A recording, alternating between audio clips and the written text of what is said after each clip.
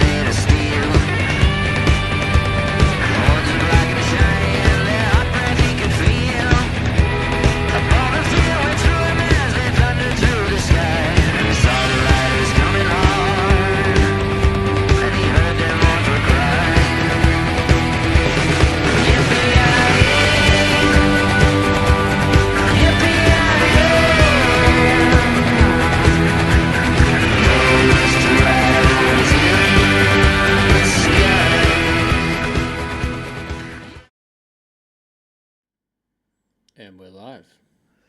And welcome everyone to this week's episode of A Tale of Terror, our Deadlands classic and Deadlands Hell on Earth classic saga.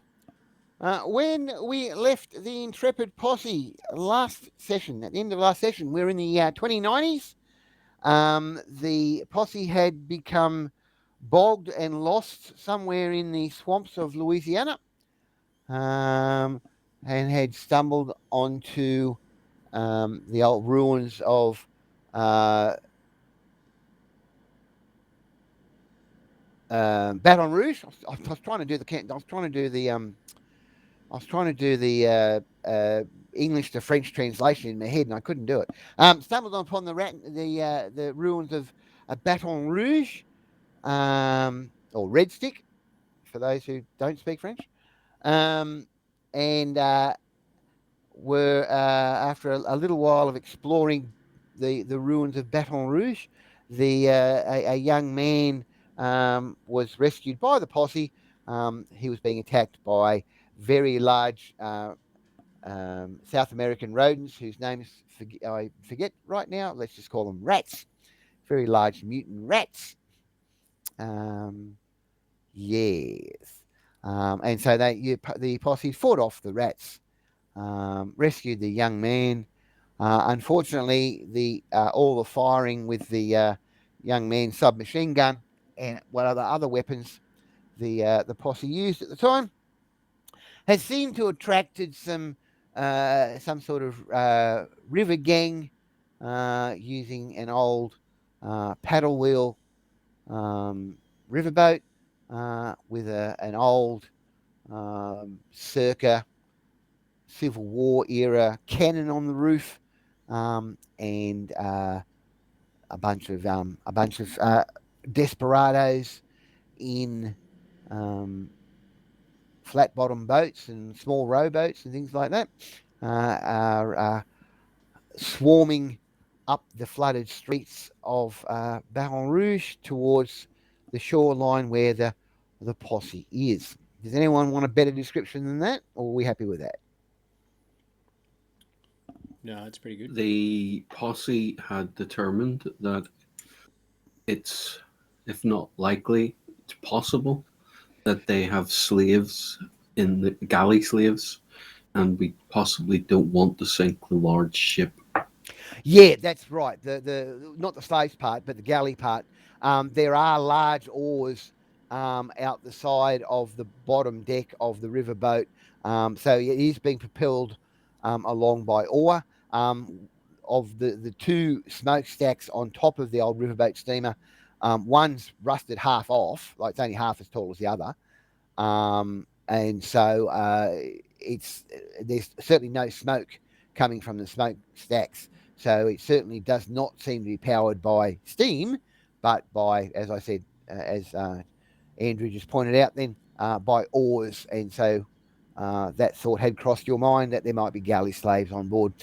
Just to remind everybody, the wheelhouse is missing, and in the place of the wheelhouse is a rather large gentleman sitting on a recliner, periodically beating what appears to be an old band drum, big bass drum, which is the sound of the booming that you've been hearing all morning, is what you suspect. Now, just to remind everybody, Baton Rouge, there was an earthquake before the last war, which sunk Baton Rouge by about 50 feet, give or take.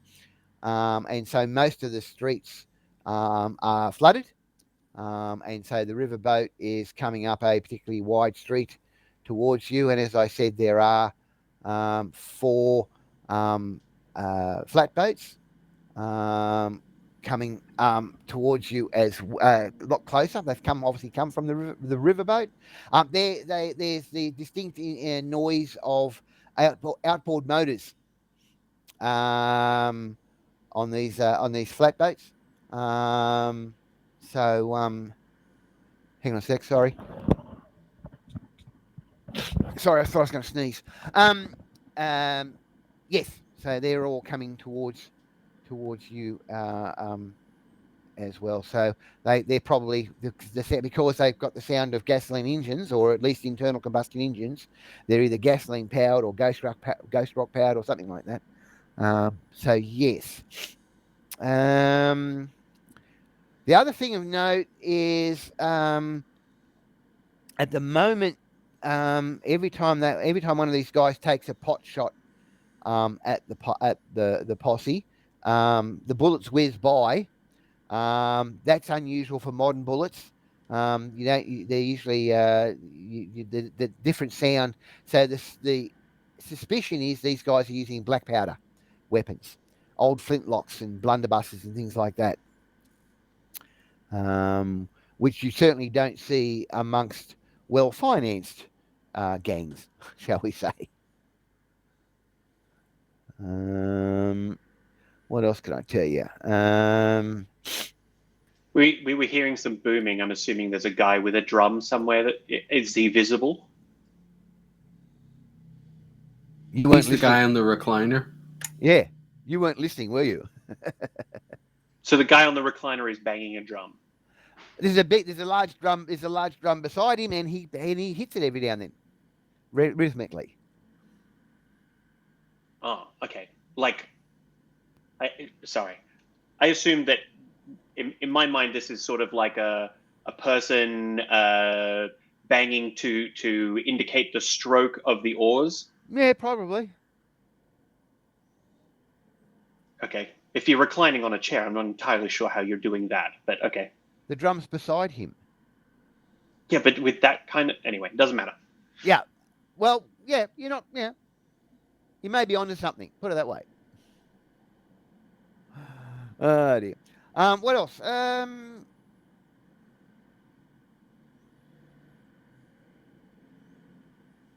Yeah. Okay. So, yes.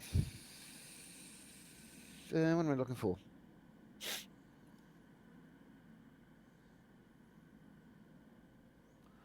Oh yeah, the riverboat was in pretty bad repair, by the way. Just to remind everybody of that one.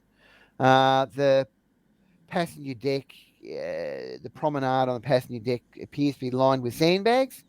There don't appear to be any windows. In other words, they've all been broken out. There's a number of what appear to be cloths been hung over them.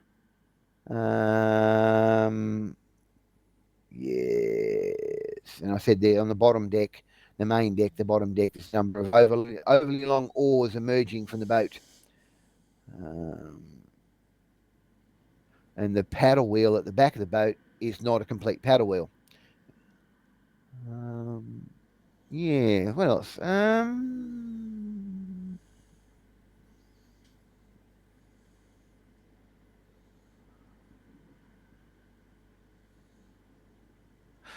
So, what do you guys... I'm not going to make you roll for initiatives, but we are technically in combat time frame. So what are you guys planning on doing this first round? The estimation is going to take about 6 rounds for the flat bottom boats to reach you, and the cannon on top of the paddle boat, the steamboat, paddle riverboat, probably going to get off 1, 2, possibly 3 shots towards you at any one time. Is there anywhere to take cover? Well, yeah, there's plenty of places in the buildings, but I mean, there's plenty of places to take cover in the buildings. Yes. If you're taking cover from the neutrino, what's neutrino? That's the name of the rodents. Yeah. That's the name of the what? The weird rat Nutrius. things. Sorry, one at a time. I missed it then. The rodents. That's the rodents. Yeah, thank you. Yeah. Thanks for looking that up. The rat things. Yes, there we go. There's plenty. There's ruins around the place that you take cover in. There's ruined buildings. You can even get 2, maybe 3 stories up if you wanted to. There are enough of these river gang members coming that it'll be a very nasty fight.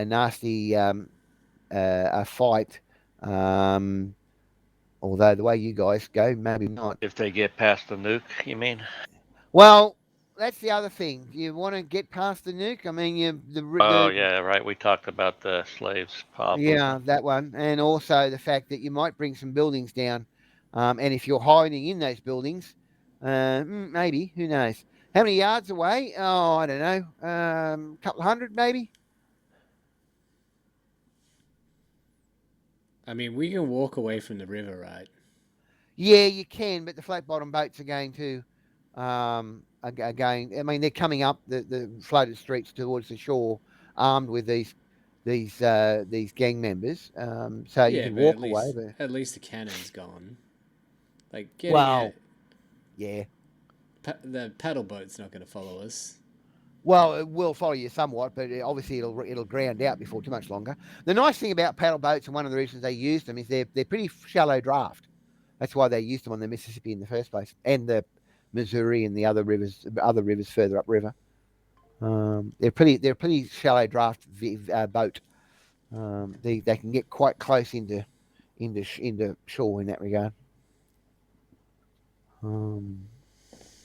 So, but yeah, you can certainly get your way out of the line of sight of the cannon if you wanted. You could certainly fade your way back into the ruins and try and avoid these guys completely. Especially if you lay down a nuke on the shoreline as they reach the shore, that might scatter them and make them think twice about coming after you. It all depends if you want to fight or not. And how you want to fight, if you do want to fight. Well, I mean, I guess we should do the sensible thing and ask our new friend do you know these folk? Nope, never seen them before, but they look pretty mean. Interesting. Do you know where we could skulk away and avoid them? Look. Well, we could always hide we could always, run away and hide in the ruins and keep our heads down, and we'd probably lose them. I reckon I could lose them. Says Luke. His name is Luke. I think his name is Luke. Yes, it is Luke. Pardon me. But I wouldn't sing around here much longer if I was us. Because I mean, as far as Archie's concerned, these guys look like chumps, and fighting them's not worth our time because they seem to have very old school stuff. It's not worth scavenging, and he's not particularly keen to fight them for no reason if we can get away. You sound a bit like Jean-Luc from 220 years ago. Are you channeling him, Roger? So what's everybody else think? Yeah, ammo's expensive. That is true. That is very true. That's probably why these guys want yours. That's the supposition of why they're coming for you. Yeah, I'm happy to. And If you want, I can nuke as they reach the shore. That's fine. I mean, if Well, there if we're are going to slaves nuke on them on the board, shore, let's get away from the shore. Yes. if there are slaves Sorry, on yes. board, is anybody going to have issues with us not saving them? It would be my preference to end this little gang. Yeah, but the tactical situation is not particularly in your favour at the moment.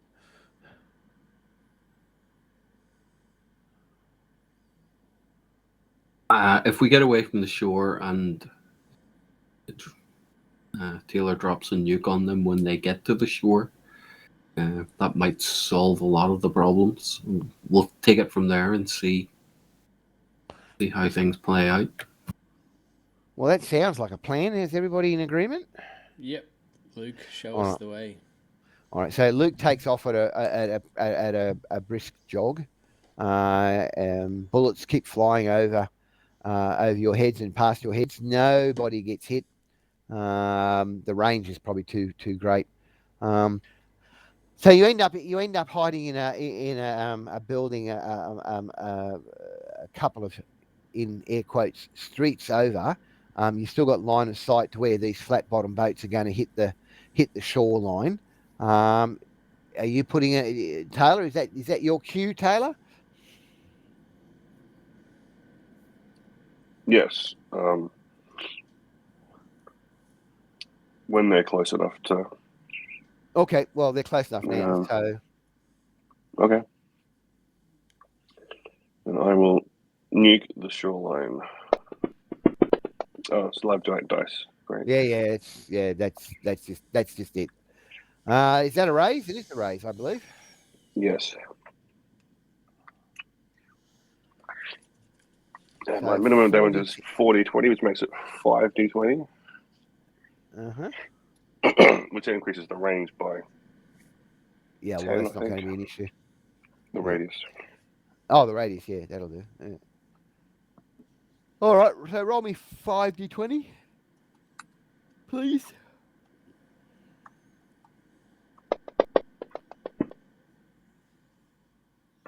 35. That's particularly not very good.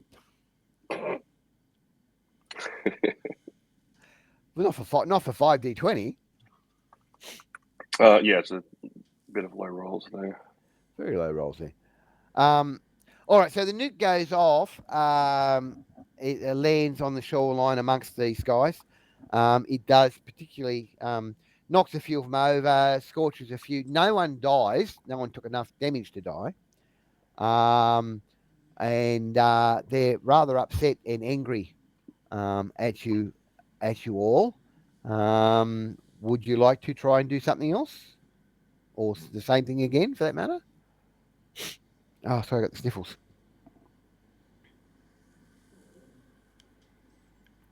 Taylor, for example. Can we see how many of them there are? Yeah, there's about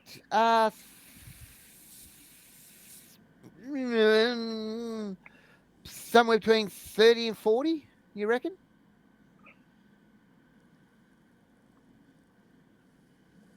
Quite a few.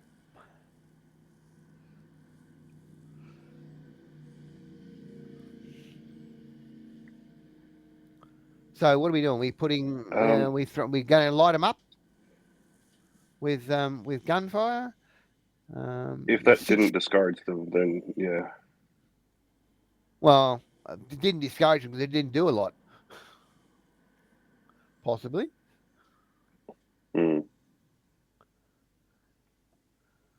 Do you want to try another one? How expensive are those? Moderately expensive. I was thinking instead for my next one, I could use the the Merv, which is basically 6 atomic blasts all at once. Yeah. Well, you could do that. I mean, if it were me, I'd be using a nuke again, but that's me.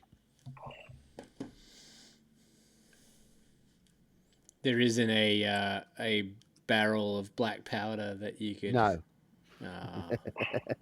Sorry, mate. Sorry, mate. It'd be too easy. It would be. Put another nuke in on Taylor.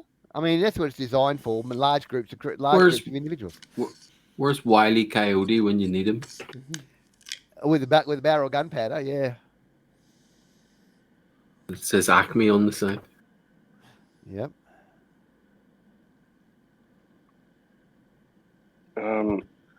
Okay, yeah, if the group's up for that, I'll do it. And hopefully do a bit more damage this time. Oh, with extra razors, it certainly will. Wow, that's 2 raises, so that's up to 60-20.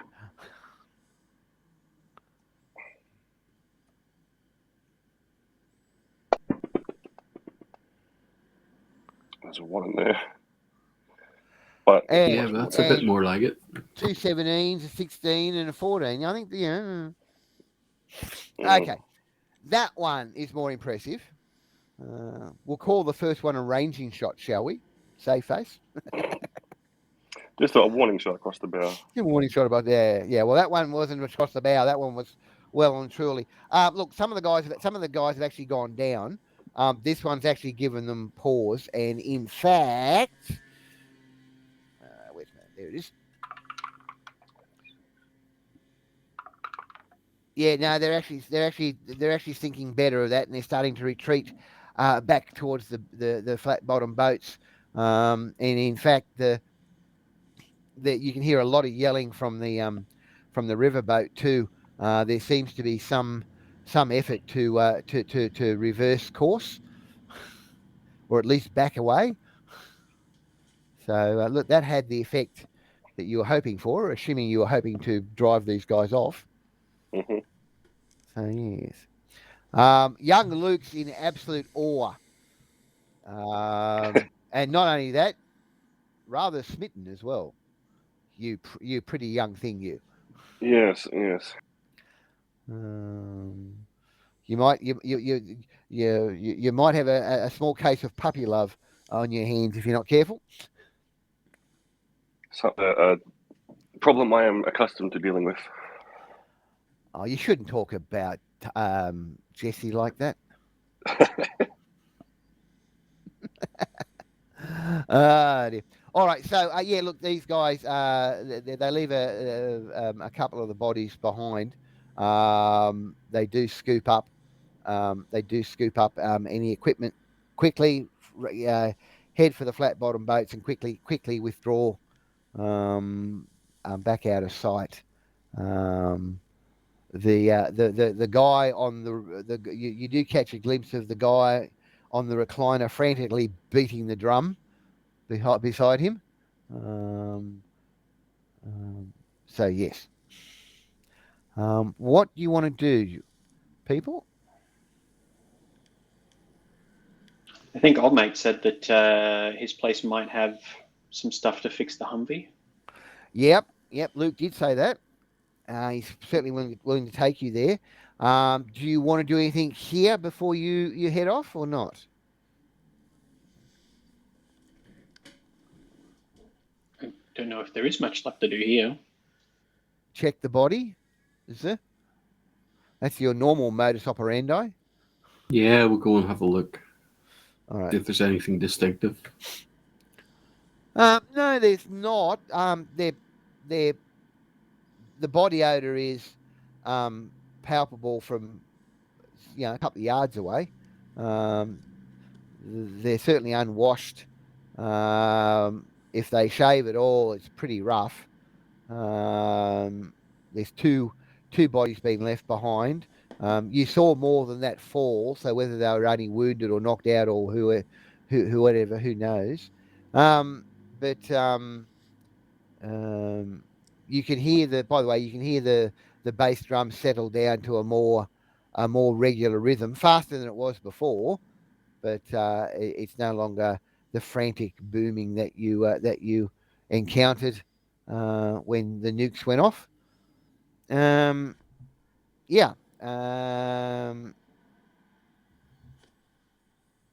The bodies themselves, I mean, they're both male. They're both in their late 30s, early 40s. It's really hard to tell. They both got pretty bad radiation burns and concussion evidence of concussion damage. Yeah. Looks like someone dropped a big explosion on them. Yeah, funny that. Maybe even two.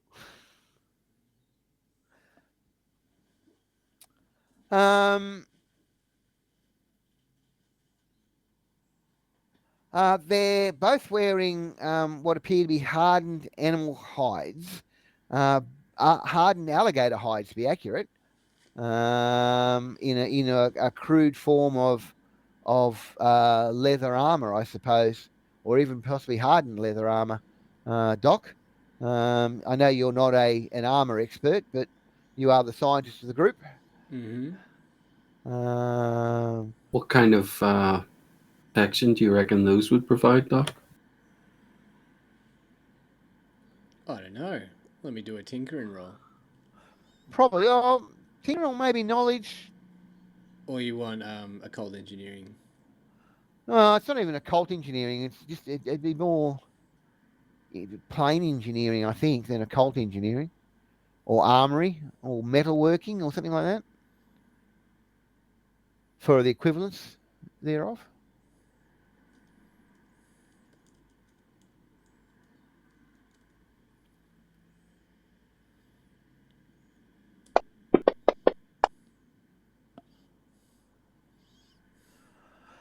Oh, I mean, it's gator skin. It's hardened gator skin, so maybe light 3, light 4, maybe in game terms. Yeah.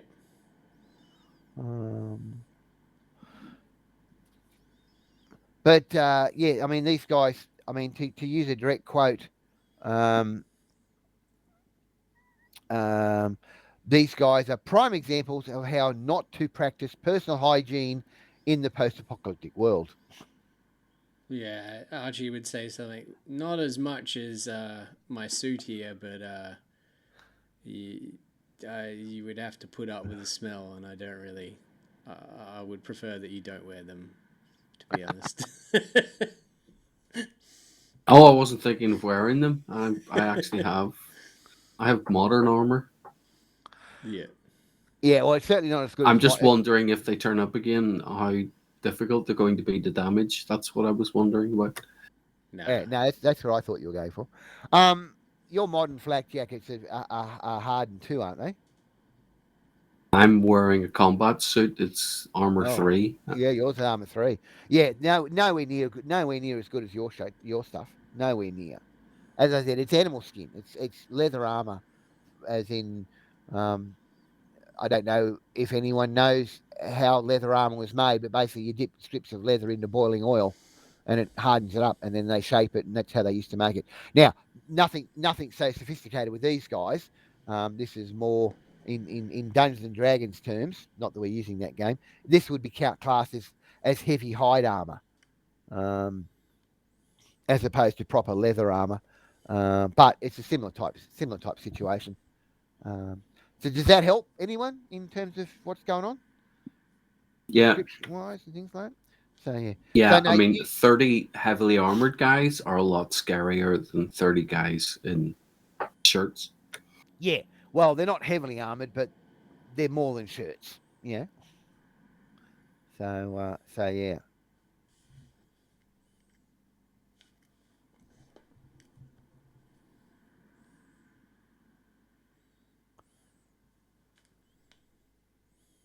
Well, don't think there's anything else to see here. Let's hit the road. All right. Well, look, you managed to avoid the river gang, and it's worth a chip each. So I'll give you those now. I'm assuming you want them. Yeah. No, Yes. did I hear no? I'll take yours back then, 6. And you also rush to Luke's aid. So that's worth a red chip each.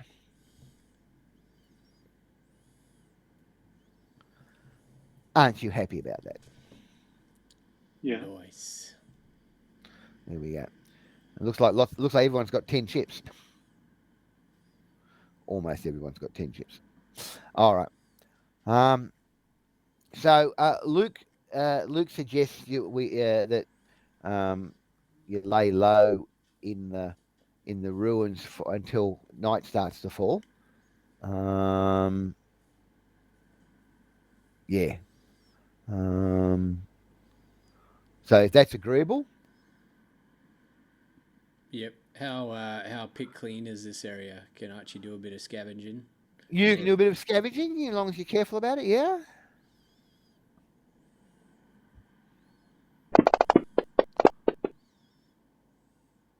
You don't find anything. Ooh, I'll have a scavenge. Ooh, I'll have it scavenge. Dice hate me today. Yeah, you don't find anything either. Ah, Boo. I mean, even the refrigerators are gone. I mean, who scavenges refrigerators? Oh, true. I remember you saying that. Yep. Yeah, we picked this place over pretty good, says Luke. Yeah. So there you go. So look, as night starts to fall, it gets twilight and gets pretty dark. Luke leads you through the ruins to it looks like the edge of the river, but it's not the edge of the modern river. It looks like where the Mississippi used to flow. Because when the land dropped, the Mississippi changed its course. Um, there is a short and messy hike across mudflats. Often you go knee deep in the mud. It's pretty mucky. I'm assuming you're hitching your robe, Taylor. Yes, I'll be careful with it. Go on, show that thigh. Go on. Send young Luke into apocalyptic. Yeah. Hmm. Yeah. Yes, I can have him wrapped around my finger. He's not. You think anyway? Let's not go there. It's disgusting. I was about to say something, and I realised we're telecasting. Wow. Yeah. I was about to say something, and we're telecasting. I thought, no, I better not. Anywho, anyway, the trail through the mud flat ends at a pile of driftwood on the edge of the actual river. Luke's got a pontoon raft hidden there by some brush. It looks like a couple of old kayaks strapped together into an outrigger pontoon style raft. It's big enough to hold everybody, but only just. The water, by the way, is looks very brackish, and there's a slight current which pulls the raft away from shore. So Luke poles the raft out into the water. There are still buildings around you a bit. But after about 10 minutes of poling along, he strips back a piece of canvas and reveals a small electric motor which is pinned to the back of the raft. The water's too deep for the pole here, he says, and he starts up the tiny motor, which buzzes along quietly. It's a pretty good stealth motor in that regard. Does can Archie have a look and see whether it's old world tech or junker tech? Sure. That would be a knowledge arcana engineering, whatever it was. Yeah, you mentioned earlier. Just take the +2 off this. Yeah, all right. No, look, it's certainly 21st century tech, but it's not junker tech. Got it. Cool. Okay. In fact, it's probably mid 21st century tech. So not that long, not that long before the actual war went down. The Armageddon Judgment Day. So the raft moves quicker into deeper water. So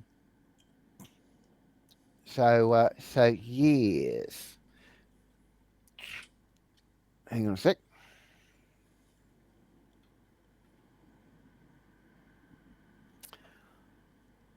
So, Luke, while you're puttering along, well, not puttering along, buzzing along. So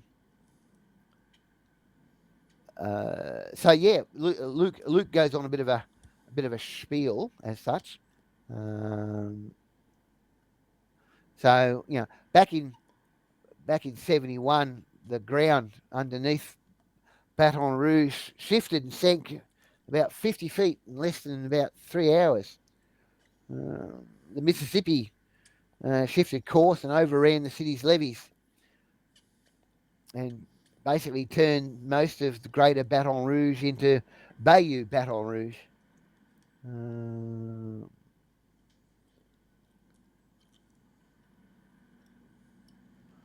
No one really knows why the ground shifted. You, Archie, have got a vague recollection of some discussions around a fault line that hit New Madrid back in 1811. That was 200 odd plus years since the ground sunk. So it's a little bit unusual why the river sunk. So Baton Rouge was a financial capital of the area. And of course, once the river sunk, most of the commerce and that moved downstream to New Orleans. So Baton Rouge was basically abandoned, effectively. But after the Big Bang, hang on, I'm scanning for something while I'm talking to you. Sheriff Reynolds gathered up a few of the survivors and formed Nouveau Baton Rouge, or as everybody calls it these days, Red Stick. What was the tinkering of? Oh, that was the one you did a minute ago. So, I mean, who wants a swampy ruin with a whole mass of mosquitoes? And of course, most of the city was looted long before the last war even started.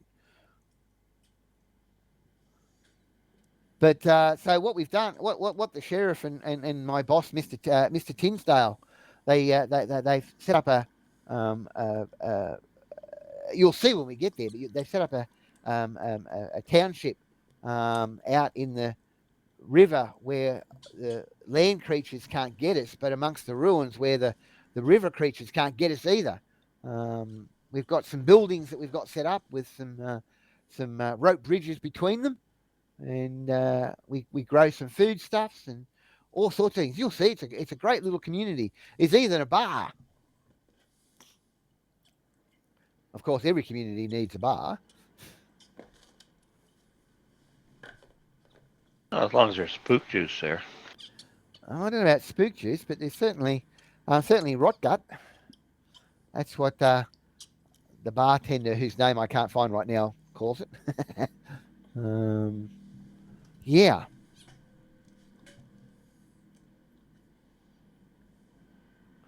So imagine, if you will, a number of standard 3, 4, and 5-story buildings with the ground floor basically flooded, and the first floor now at ground floor, using the non-American way of doing things, and then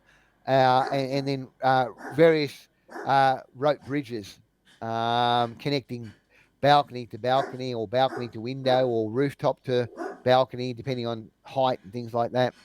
So yeah, that's basically how Luke describes things, if you can get the idea. So look, it takes about an hour. The motor is painfully inadequate for its job. So it takes about an hour for the raft to be propelled towards the centre of the former city of Baton Rouge, where you do get a view of what they call Nouveau Baton Rouge, or as everybody else, that's what the sheriff and and Mr. Tinsdale call it. Everyone else calls it red stick. So ahead of you, rising from the surface of the river, are the ruins of former high-rise buildings.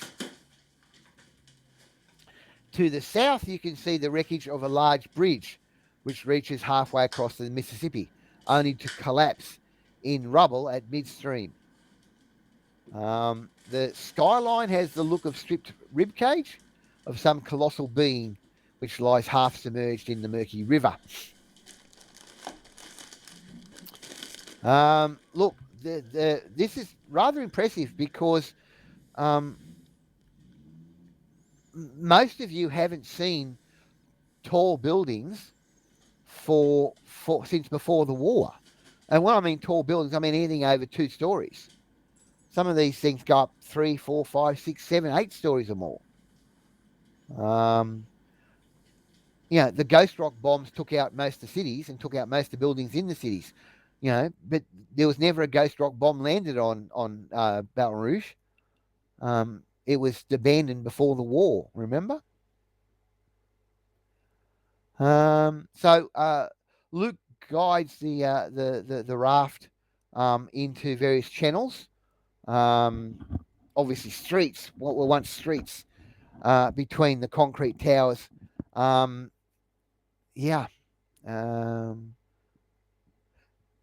You can't see the streets below the surface of the water, so you got no clear idea how deep it goes. Look, up to 4 stories could be below the waterline. Every now and then there's a ripple in the water, a static ripple in the water, which reveals the top of a submerged building or a submerged pile of rubble. You know how you get those ripples in the rivers? Yeah? Sort of. Yeah, sort of. Okay. Like when an alligator dips down? No, yeah, but these aren't moving. These are definitely static. But that type of effect, yeah.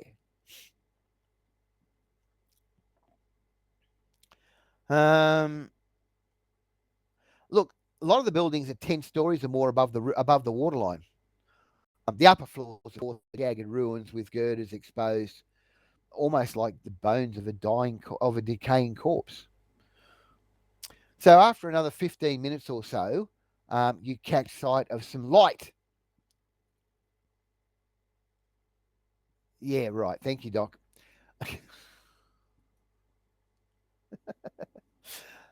Oh, dear.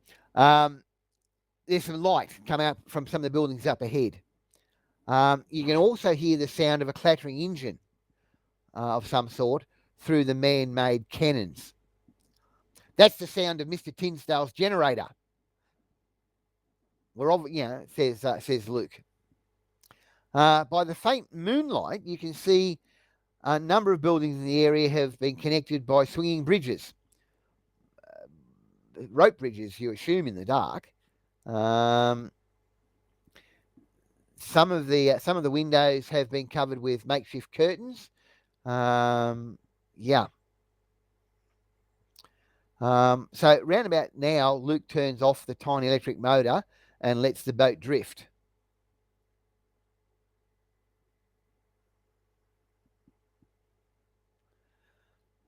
Suddenly, a sharp halt comes from the darkness ahead. It's all right, it's me, Luke. Bit late, Luke, isn't it? Says the voice. Yeah, I got held up. As the boat drifts past an obvious guard post, you can make out an armed man standing behind a wall of sandbags. Looks like some of the buildings and that have been brought down to form a bit of a bank, a rubble wall, something along those lines. Does that make sense? So it seems like the people of Nouveau Baton Rouge have formed a bit of a wall with rubble. That's pretty impressive because the water's supposed to be pretty deep here. So, yeah, it looks like a pretty good survivor community, actually, from what you see in the dark, which isn't much. You can make out that many of the buildings have small lantern-lit piers at their bases. A couple of them even have what could be generously called a multiple docks. And you can see a number of small rowboats and rafts are moored at these various jetties, piers, and docks. In the dark, I think you've got some moonlight to see by, but not that much. But it does appear that most of the boats do not have motors. Most of them appear to have been rowed or poled along. So Luke heads for the dock of the jetty at the base of the closest building. It's only a relatively low building. It's only about 4 stories above the waterline. A lot of the other buildings nearby are a little bit taller. The sheriff's going to want to talk to you, to everyone. She's going to want to meet you and hear what other news is going on in the world, says Luke as well. So he ties up at the base of this building, leads you across the jetty, the dock, into it, and the ground floor. Well, when I call it the ground floor, the floor at the waterline is pretty empty. There's not much there at all. There is a set of stairs going up. Look, that would make sense because when you get a fresh in the river, the water's going to rise and probably would flood this floor to however many inches or feet of depth. So it makes sense that nothing would be down here. So it's pretty empty. So he leads you across the floor and up the stairs to the second floor above the waterline. There, it's a bit of a reception room, sort of, kind of. It's obviously been cleaned and refurnished, but wear and tear, the earthquake, the flood, and the last war all show in the cracked plaster and the stained carpet. There's real carpet though. Well, old carpet, but carpet. Look, furniture that was obviously not a concern for the room's design. There's a desk and a single chair, but that's it. There is an individual sitting behind the behind the counter. As Luke comes up the stairs, Rusty, says Luke, and the individual behind the chair, he's got a tin star on his chest, and he's armed with some sort of firearm, and I can't find the exact detail, so it doesn't really matter at this stage, unless you guys want to start trouble. Nope. I'll take that as a no. We need to see the sheriff. There's some trouble on the river, and these folks sort of helped me out as well. Rusty looks you all over once or twice and says, "Howdy, folks. Just wait here. I'll get the sheriff. Luke, come with me," he says. Yeah.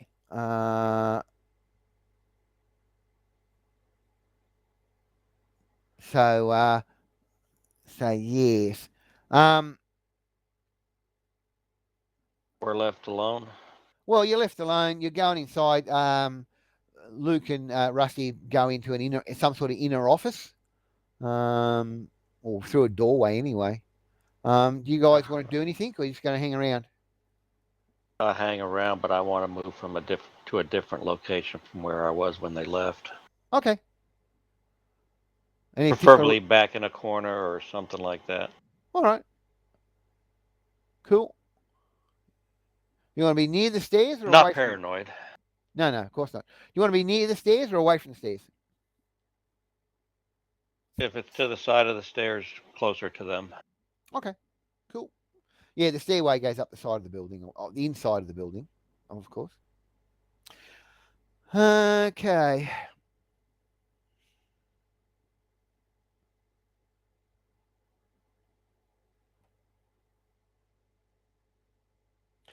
So look, after about 5 minutes, Luke comes out with this Rusty character, Deputy Rusty, Deputy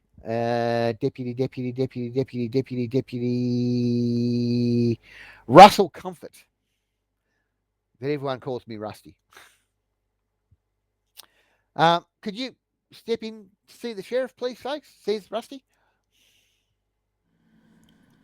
You Yep. If there's a time while they're away, Jesse will attempt to get rid of some of the mud, which is no doubt caked to his lower legs. Yeah, I would have assumed you would have done some of that on the raft as well before you got to town. Yeah. Yeah. So yeah. You get the distinct impression that Rusty's a little bit, or the Deputy Comfort's a little bit standoffish about you guys. Still doesn't trust you. Certainly not the same way Luke does. But then again, Luke does come across as slightly naive in that regard. So you're led into a room. Again, there's not much furniture there. There is a bench along one wall and a couple more chairs in front of the desk. Sitting behind the desk, it's it looks an old school mom is what she looks like. Wrinkly faced, white haired. She's wearing a marshal's badge, and she does have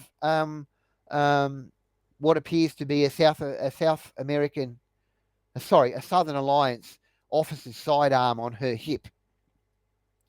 But she really does look like she should be teaching a group of sixth graders. As you come in, she stands up, doesn't come around the desk, but stands up.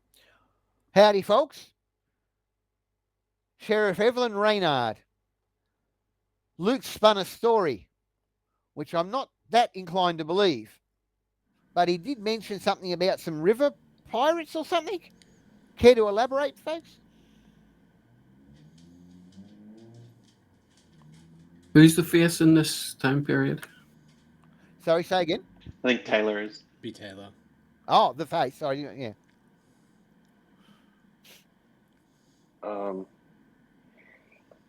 Yes, we came across Luke. He was attacked by rodents, or what do we call them? Nutria. Nutria. Yep. And then we heard this loud banging noise, which turned out to be river pirates and a big drum. They tried to attack us, but we're somewhat well equipped and chased them off.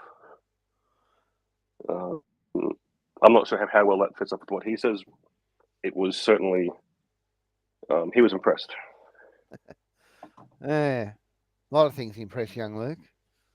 You look, she does look like like a school marm, like she should be teaching primary school or elementary school.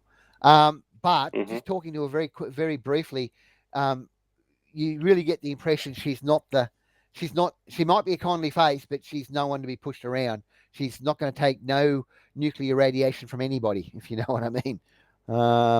She's in charge. The tone is all business. And she definitely gives you all of you, the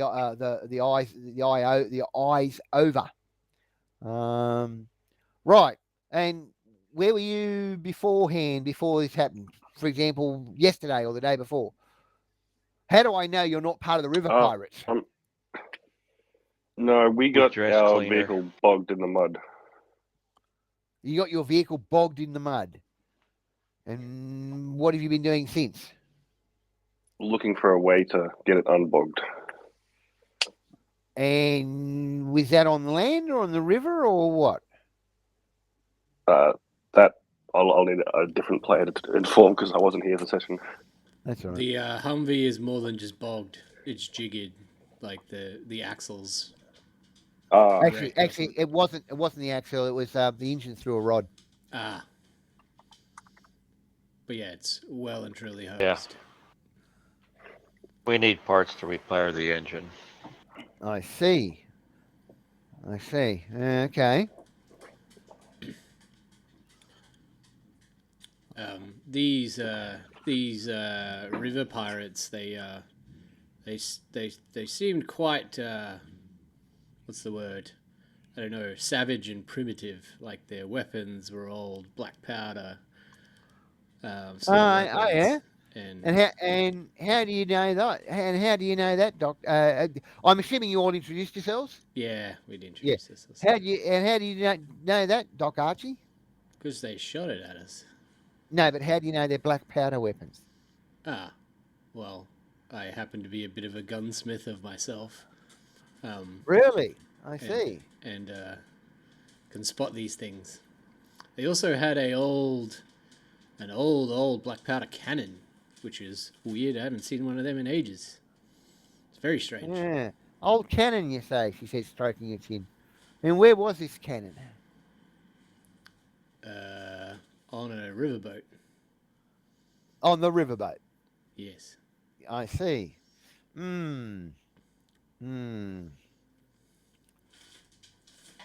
Look, sorry, she seems to come to some sort of decision. Hang on, sorry guys, I'm just gonna Yep. give me a sec.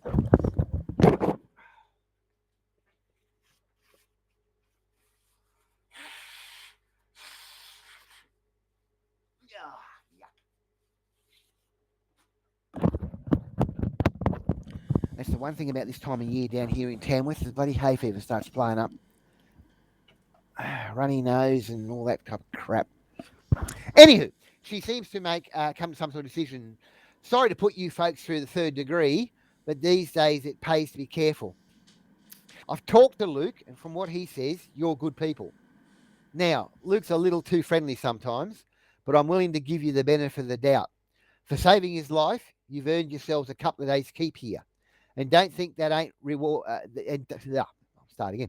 And don't think that ain't a reward. Food don't come cheap anymore, even out here. Thank you, Ben. You folks want a little more? I'll give you the chance to earn it.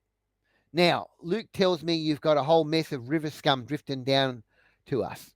From the sound of it, we're going to have a bit of a fracas here pretty soon. I've made sure every adult that lives here is armed. Of course, when it comes to weapons, we've got to make do with what we can find. I don't think more than half of them have anything more advanced than a board with a nail in it. All told, we've only got 10 guns in the whole town. From what the young man says, you folks are pretty handy in a fight. And she gives Taylor not a side eye, but a distinct look of, and we'll wait and see what you do, young lady. I will nod.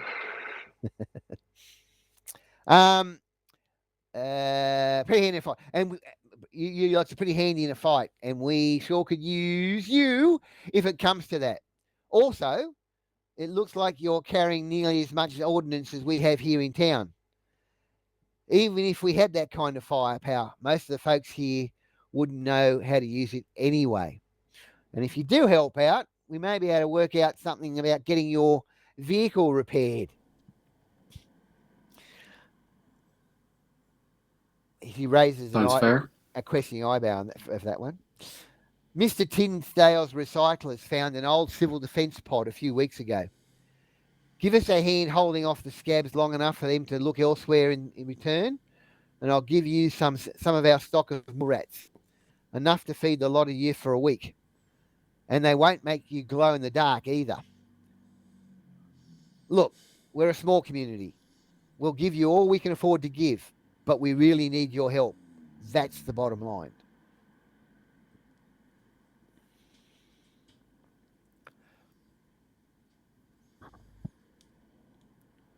We'd be happy to help out. Anything for the Humvee.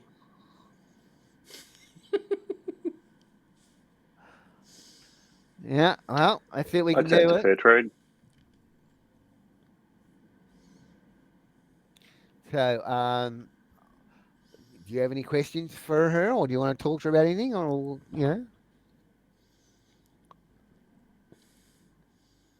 I'd probably ask her what weapons they do have and whether they're running low on ammunition at all.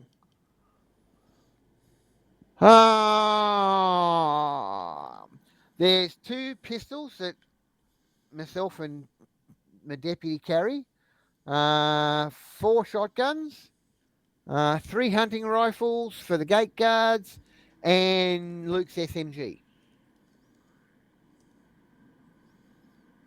No, we're pretty right for ammo. Tinsdale's got himself set up. We basically can reload any brass we manage to recover. That doesn't mean that we're flush on ammo, of course. No one is these days.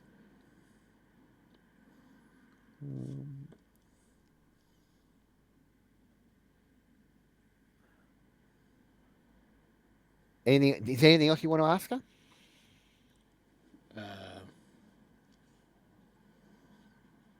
None of these buildings happen to be a library, were they? No, but not as such. You might find a few books and things around. Why? What's your interest in doing that? I like collecting books. It's something to do when we're Well, you could always. when we're down. Yeah, you could always ask around and see if people are willing to trade. Tinsdale might have some. The recyclers might bring something in. Generally, not something that survives the water particularly well. Books, but Yeah. we got a few vid slugs which we get from traders every now and then. She smiles wirily. We have a movie night every week. Watch a few films. Oh, So that would be fun too. yeah. Look, it's getting rather late. It's getting rather late. If there's no other questions, why don't you bed down upstairs, and we'll get back into it in the morning.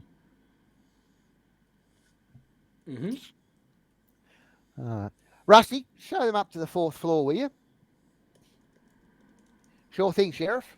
Follow me, he says, and you're led out. You go up past the 3rd floor to the 4th floor, which there's no. There is a ladder up onto what appears to be the roof, because you reckon you're up on the top floor. It's not much, he says. In fact, it's not much at all. It's pretty empty. But feel free to bed down. You have a good one, he says, and heads back downstairs. There is an electric light burning. But there is nowhere to set a fire. It's Mississippi. It's the Mississippi Delta. It's probably warm enough not to need a fire for warmth, especially if you've got your bedrolls and that with you, which I'm assuming you do. So yeah. So what do you want to do, people? Normal watch. Do you want to set a watch? I think we will. Okay. I mean, they seem hospitable enough, but one can't be too careful. Yeah, but obviously Doc thinks they're Louisiana Cthulhu cultists. Don't you, Doc? It was just me joking as I was stuffing my face with the food. Yes, I know. I'm joking back at you. I'm tempted to make them Cthulhu cultists now just to piss you off. Nice. Anywho, so look, a little background mechanics. It's probably about fear level 3, which isn't too bad. That's pretty good that's pretty good in the post-apocalyptic world. It only usually gets down that low if the town folk is the area is pretty, relatively speaking, pretty secure. Look, the shadows are deep and dark, and a few other bits and pieces. And the fact that you can't see the water, can't see through the water, that's always a worry. But you've been in plenty worse places with higher fear levels. So yeah. So if you are going to do a watch, what are you watching? You're watching out the windows, you past the curtains, or you're watching down the stairs. I mean, by the way, not long after you get up there, that engine noise you could hear splutters out and the lights go dim. and out. So it looks like that engine that you could hear was maybe some sort of generator. And they've obviously shut it down for the night. So you're now in complete darkness apart from what little moonlight filters past the curtains in the windows. So, what do you want to do?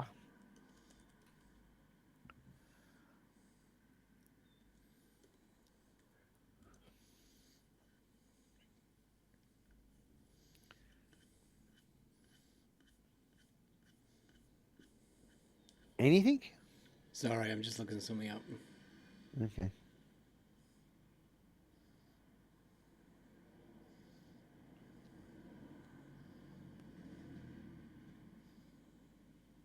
Standard watch order, I think. I don't think we want to go wandering around abusing the hospitality of these fine folk. Uh-huh.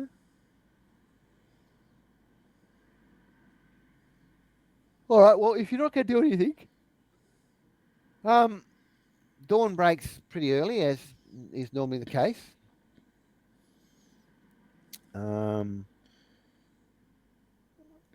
Is the water here fresh water, or is it too close? We too close to the sea? The river water, Yeah. it's got a, it's probably a bit brackish, and I don't know whether I'd want to be drinking it. No, maybe. I'm talking about making spook juice. I'm not talking about. Yeah, it's So- a bit brackish. Yeah, that'd be important. Yeah, I was thinking about making you some on watch, but if it's too brackish, I might have to filter it. Yeah, you probably have to filter it, I think. All right, it's not a tonight project. No, probably not.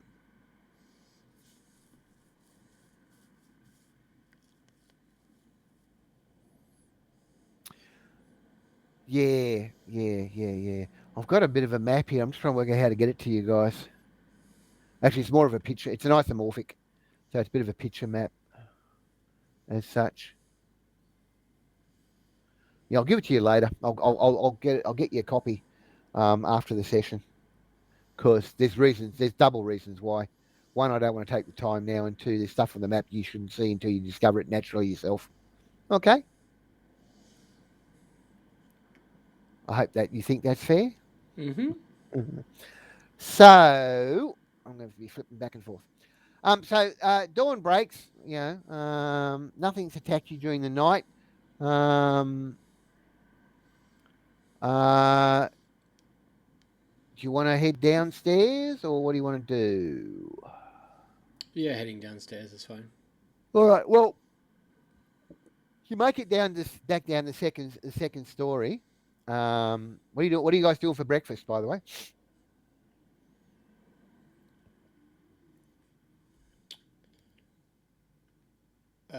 Good question.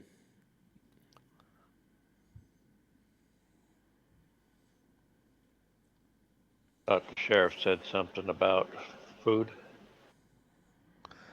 Yeah. Yeah. Well, you make it down. You make your way down. Rusty's got some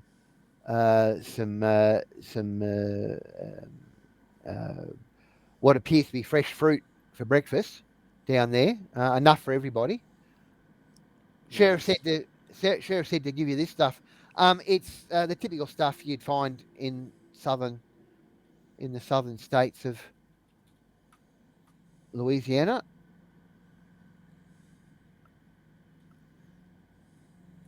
Hang on, I'm looking for that. Where are we?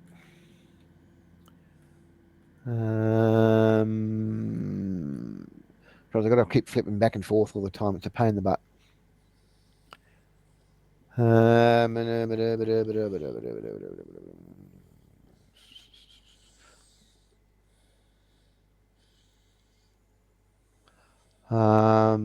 Yeah, the typical things you'd find.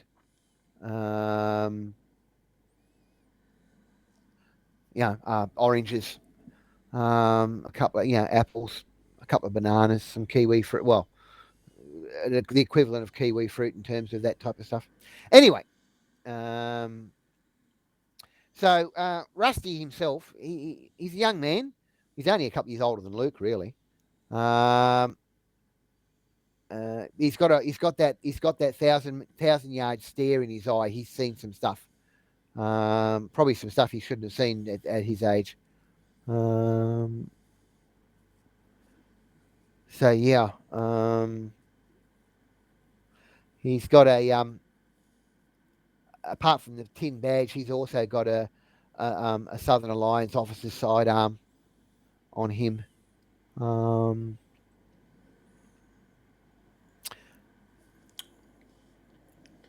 Yeah, so there was by the way, there were in the sheriff's office last night, there was a gun rack with 2 shotguns in it. Yeah. It still doesn't really make sense why the seemingly least combat effective person in this town has the best gun. Who, Luke? Yeah. Money, well, you might, who knows? I mean, maybe that's something to ask around about. Who knows? So, yeah. How do you know he's the least combat effective? You haven't seen anybody else. It's true. He might be the best. He Then we're might he might be Cthulhu. So yeah. So what do you guys want to do? I mean, you're basically free to wander around if you want, within reason, of course. Yeah, I mean, if we're going to go around, I might be lending my helping hand, repair any of the townsfolk gear, have a bit of a chat to them, try to roleplay my De Niro role. But, I mean, I think that's what Archie would be doing. He'd be trying to see if he can help out folk and get some info. What about everybody else? What's everybody else thinking about doing? How sort of defensible does this space feel if and obviously there's a lot of flooding. Do we know if that's sort of like contiguous to where the big paddle steamer thing was? Well, the best idea would be to obviously have a look around to investigate that type of thing. Obviously going to the tallest building inside the town and looking from the roof would give you a good overview of the town. Yeah, okay, it sounds like a smart idea. And having a look see. So you're currently on the second. What I'm calling the second floor of the sheriff's office. You can go down to the dock area on the ground floor, or you can go back up to the 4th floor and the roof of the sheriff's office, or you can, yeah. What do you want to do? Where do you want to go? I mean, if I'm in this building now, may as well go up. Okay. I'm just trying to see whether or not there's a chance that the river pirates could end up having tracked us here or find this place, and then we're kind of responsible for having brought them to this lovely town, and that, how, if that does happen, how defensible is it? Yeah, no, I understand what you're saying. Well, I mean, the sheriff has already suggested that they might be coming here. It was already implied that was happening. Uh-huh. Okay. Probably want to look around with a defensive eye as to how this place would be defended and from where. Sure. And And of course, looking for books along the way. Obviously. Just so I remember about the entrance, did you say there was a little levee that kind of made a little bit of a harbour? Yeah, something like that. Yeah. Like there's a choke point to boats entering the city, even though the city's still flooded, and it's not a full levee around the whole city. Yeah. Well, yeah, that's what you sort of kind of got the impression of. If you get up high and have a look, see, you'll probably see a better view of it all. Yeah, let's do that. Archie would be curious about that. All right. So you make your way up to the roof of the sheriff's office. It's probably the southernmost building. What you've got is an area maybe 200 yards by 200 yards, maybe a little bit more. more or less squarish. There appears to be some sort of rock wall around all four sides of the township. From where you are, you can see a gap in the wall. That's the one you probably came through last night. And there's a bit of a shack, a sandbag shack there that you can make out. There's a figure in the shack, probably some sort of guard. There's a similar type opening to the east, from where you can see. From the third story of this building, there's a catwalk to the east, which connects to part of the wall. And there's another catwalk to the north, which heads to a very, very large building. The catwalk to the east, there's a second catwalk to the north from its far end, which leads to a building, and there's various other buildings connected via catwalks.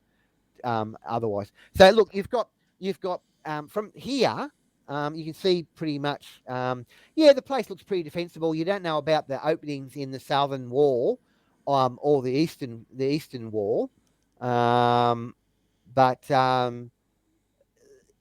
it looks like a pretty good. If people are going to attack, they're going to have to scramble up the wall. How hard that's going to be is hard to tell from where you are. The obvious weak points are the openings, and surely the competency of the sheriff and the general feel of the town. Surely they've got some sort of contingency plan about that. So we'll have to wait and see. But from the top building here, there's lots of different areas you can explore, but you can either go north to the really big tall building, or you can go east to the wall and then onto the wall, or east and then turn north to the next building in the chain that way. So you've got a choice. And of course, as I said, there are other catwalks and rope bridges connecting other buildings around the place as well. I'd be quite keen to see the wall. You want to go to the wall? Okay. Well, you'd have to go down one floor to the third floor and then out onto the catwalks. Is that what you're doing? Yeah. Yeah. All right. Well, when you get down to the catwalk, where are we? Where am I looking for? Hang on. Sorry. So the buildings are connected obviously by swinging bridges. They appear to be made from steel cable and planking.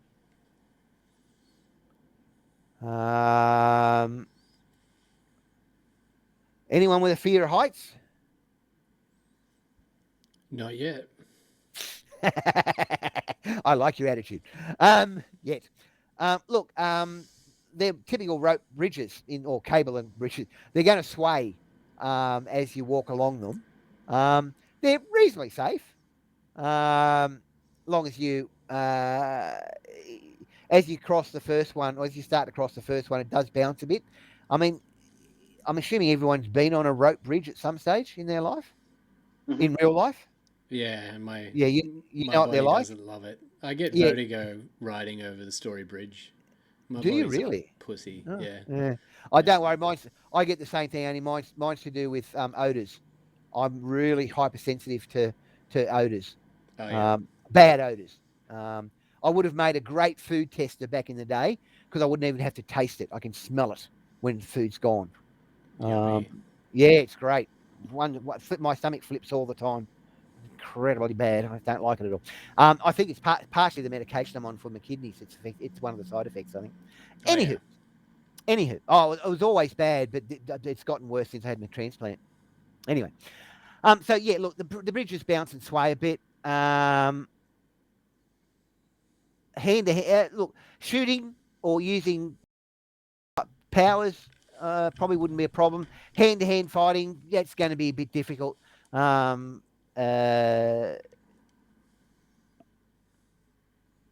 Jesse, you probably don't. I mean, you're the most expert at hand to hand, I believe. Possibly. Well, I don't think anyone else has got a fight higher than yours. Anyway, look, fighting on the bridges is going to be difficult. You might actually end up going over the edge if you're really not careful. Yeah. So yeah. Will you make it to the bridge is anchored to a nondescript building, which is only one story off the water line, and the rubble wall actually comes up. The building's actually like an anchor point.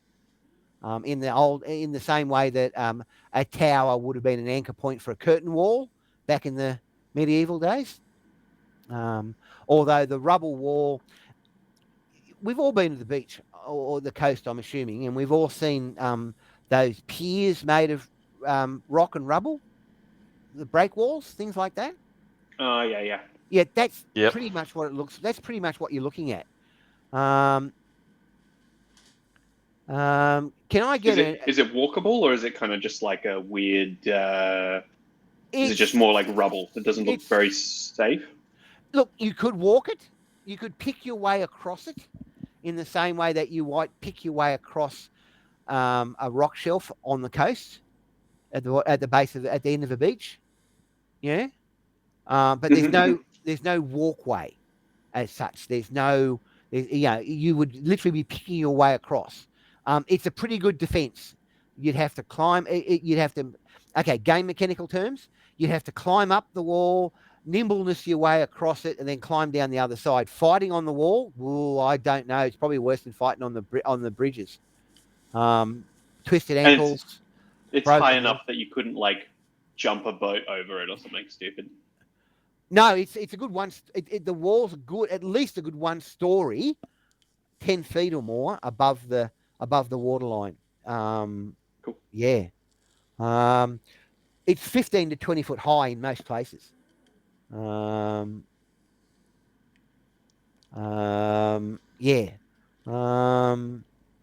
So it's a pretty good defense. Yes, a determined attacker could make their way across, but it wouldn't be my first point of attack. I'd be going for the gates if I was. Does it look like it's something they were like? Do they light torches or something at nighttime? No. No. Apparently not.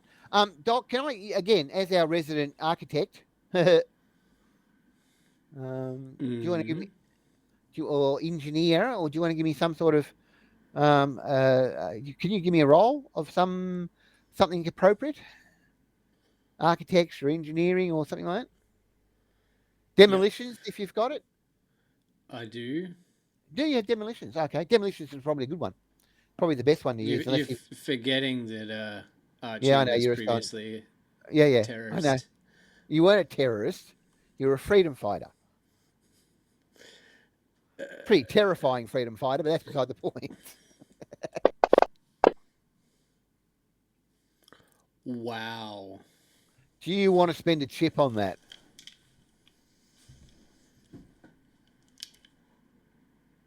No. You don't. Are you sure? I've only got reds. Oh, well. Fine. It's up to you, mate. I'm not saying do it. I'm saying, do you want to do it? I put a red in. All right. Give me Watch another. me roll a 1. Or a 12 that it keeps on exploding, either way. Split the difference. Yeah. Look, the rubble that's made up, the wall is being laid down pretty regular relatively straight lines.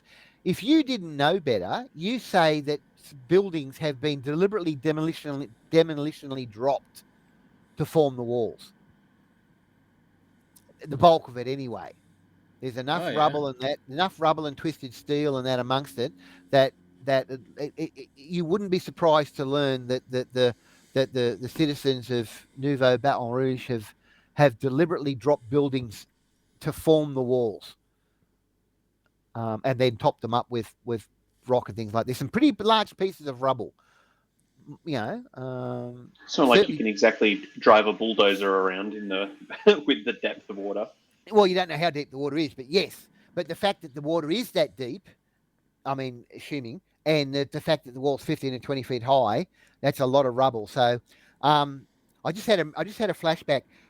In one of the disaster films in the mid 20s, there was a film where the volcano under the La Brea tar pits erupted in Los Angeles, and they dropped a brand new building across the road to protect the hospital. Dante's Peak? Could have been. Although I think Tommy Lee Jones played the lead disaster coordinator. It was also the one where the lava's in the subway tunnel, and the guy goes back for the. Oh, I think it's just called Volcano then. It's Tommy Lee Jones. Yeah, that one. Anyway, not Pierce Brosnan is Dante's Peak. No, it wasn't Pierce. It wasn't Pierce Brosnan. Anyway, they dropped this building down across the roadway to form a barrier for the lava not to get through. That's what this wall looks like. That type of thing. And it's been placed so, well, not precisely, but it doesn't look like natural fall. It looks like directed fall of buildings. Okay.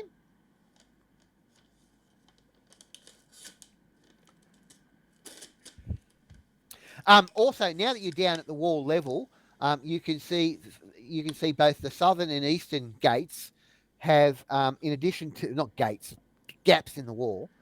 I don't know what else to call it. Yeah. They both got this. There's a guard post at each one.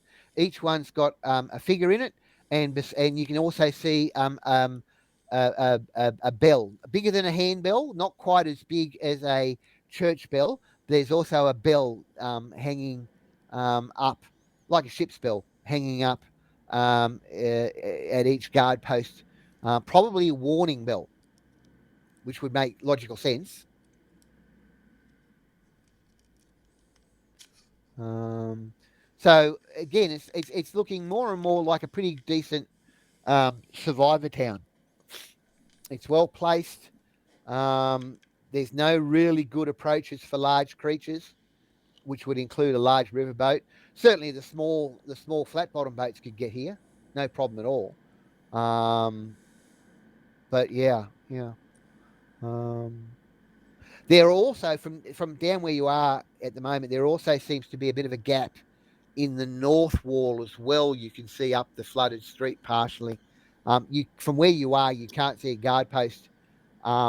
But then again, you can't see the edge of the wall either. So the guard post that is probably there is probably out of line of sight. Okay.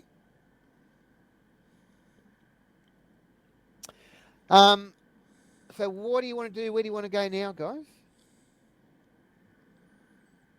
From where we're standing, can we see other buildings of interest from here that we haven't really had described to us? Well, the whole place looks interesting, really. Yeah, I mean, it's a matter of, like most towns, I suppose, wandering around and having a look at things and talking to people and just getting a feel for the town. Does there look like there's a circuitous route where you can kind of go around following on these bridges that would make sense from where we are? Possibly.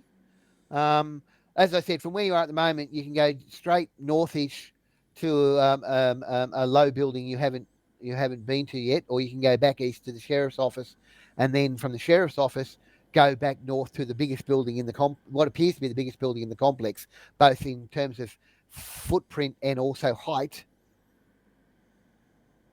Let's just go north to the low building. All right. I mean, well, it's not a dead end on this. No. There's no dead ends. I'll tell you if it's a dead end. Okay. Then north. Then north. Yeah. Okay. So you again cross the new rope bridge. The cable. I mean, they all seem in pretty good repair so far. The two that you've looked at in closely seem to be in pretty good repair. I'll mention if one isn't in repair as you get close to it. Look, there's a brightly painted sign down above the dock area, identifying this building as Shady Sadie's. It's a small building. Yeah.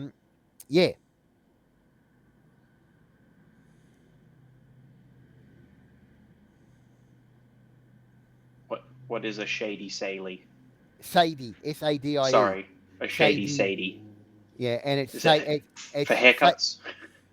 Sadie's, as in Sadie owns the place, apparently. Oh, I see. Yep. Shady, yeah. So it's Sadie's, Shady Sadie's with a apostrophe S. You going inside, or what's the story? Yeah, let's go and see Says D's nuts. exactly what's shady about this Sadie character. Look inside. Look, this is obviously a bar. It's a saloon of some sort.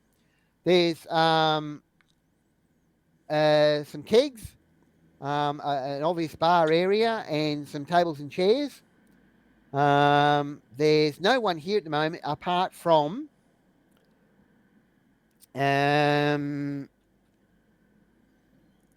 a late to middle-aged woman standing behind the bar, polishing the top of the bar with a dirty rag. Howdy, folks. Welcome to my place. What can I get you?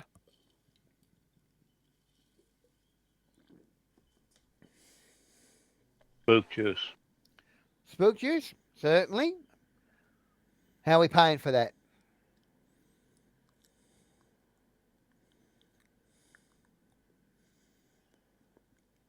I have widget dollars. What the heck are widget dollars? I don't even remember what widget dollars are. Widgets are for no, they won't work here. They won't work here. Widgets are the currency of Scraptown. Right. Junkertown. Junkertown. No, not Junkertown. Yeah, Junktown. Yeah, Junktown, not They're Junkertown. widgets. Widgets are the currency of Junkertown. I got widgets. Yeah, well, they won't take them here. They're worthless. Oh, okay. Here. But someone asked me what they were. Couldn't remember. Yeah, they're the currency of Junktown. Probably bullets are worth Yeah. stuff here, though. How do you sell it? Straight trade, mate, if you're going to do it. Well, I'm saying, are you doing a shot? Are you doing a glass? You want to fill my flask? How does it come if you buy the spook juice? Well, I mean, how much you got to trade? She says with a smile. I'll do you a. I got shotgun shells. All right, a shot for a shot. How does that sound? I need. I think my flask holds what? I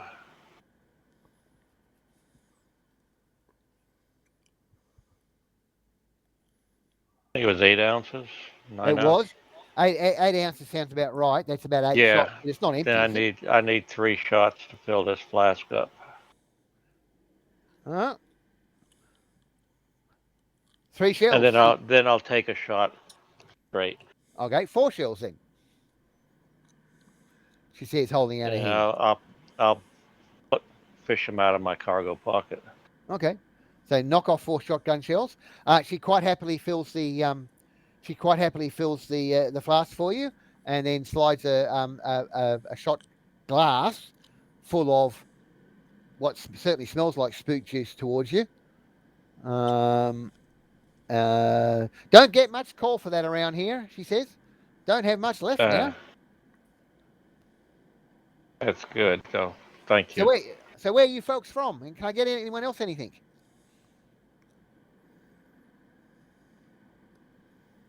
We mostly travel around. Yeah.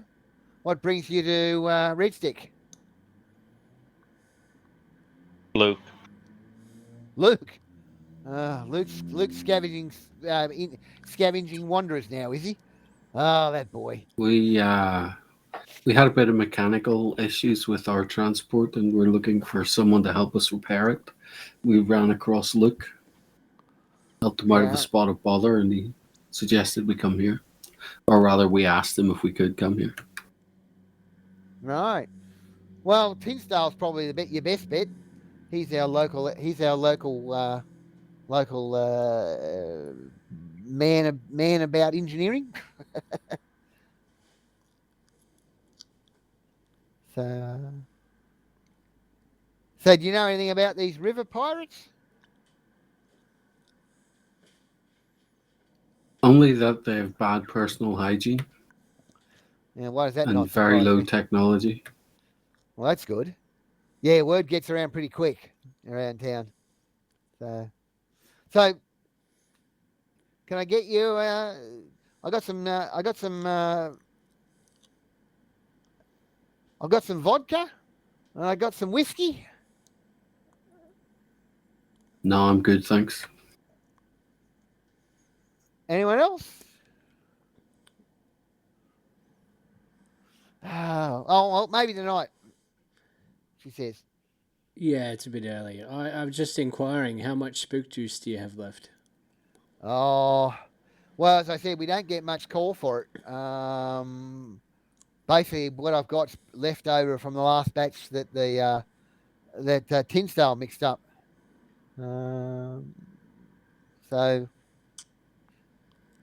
yeah. Gotcha. Don't see very many people drinking it at all. In fact, that was from about 12 months ago, that batch.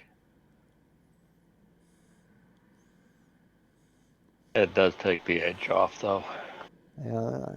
I trust it won't take all the edge off. She's obviously worried about you going nuts on spook juice. She operates better on that. Trust me. If you say so. Oh, dear. Especially behind the wheel. Okay, now you've got me worried. And there's a story there you'll have to tell me later. I want that story, youngster. Even though you're not that young, Youngster? Michael. Yeah, I know. What the heck? She's younger than you. Oh, really? Okay, gotcha. So she's, So definitely way pre-war. she's younger than you. Younger. Okay. Than you. Yeah, you're older than she is. Okay, gotcha. But she's definitely pre-war. She's in her late 40s, early 50s. Yeah. I mean, you're, what are you, 60? Is that right? Yeah, like mid-50s, I think. Yeah, something like that. Yeah, she's only a few years younger than you, but she's younger than you. Yeah. All right, so what do you want to do now, guys? Archie would be curious. Whereabouts can we find this Tinsdale fella? Quite curious to meet him. She points at, she cocks her thumb over towards the east. He'll probably be in his workshop. If you head north 1 block, and then you can head east 1 block, and then you'll have to go back south 1 block.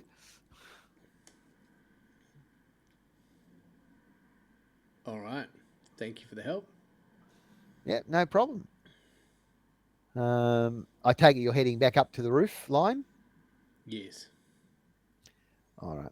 So there's a bridge heading north to a rather large building. From that building to the north, you can go north, east, south, and west.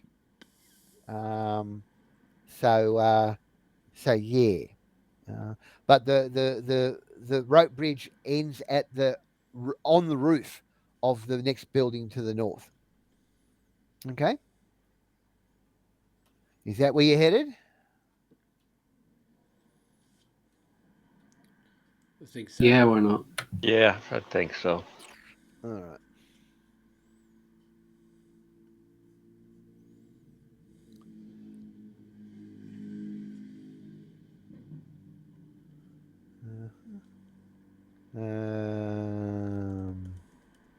Sorry, I'm just doing a quick scan of information.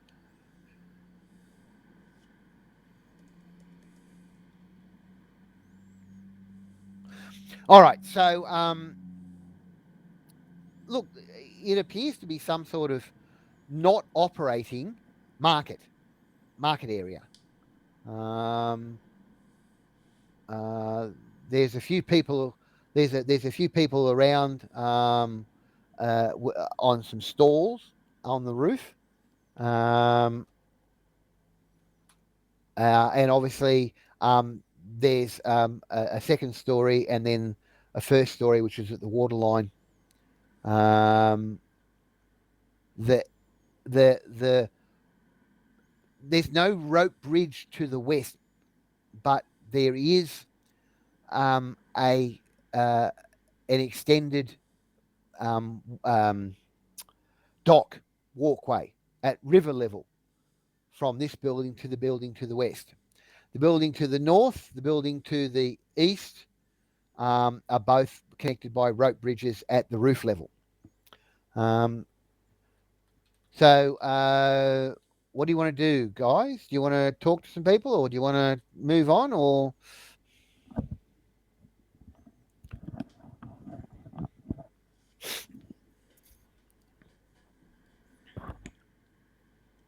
May as well talk to some people here. So there's this guy. This guy. He's inside some sort of stall, covered stall. There's no merchandise. There's no merchandise laid out on the stall, but he seems to be working. He's doing something with an open crate at the back of the stall area. Yeah.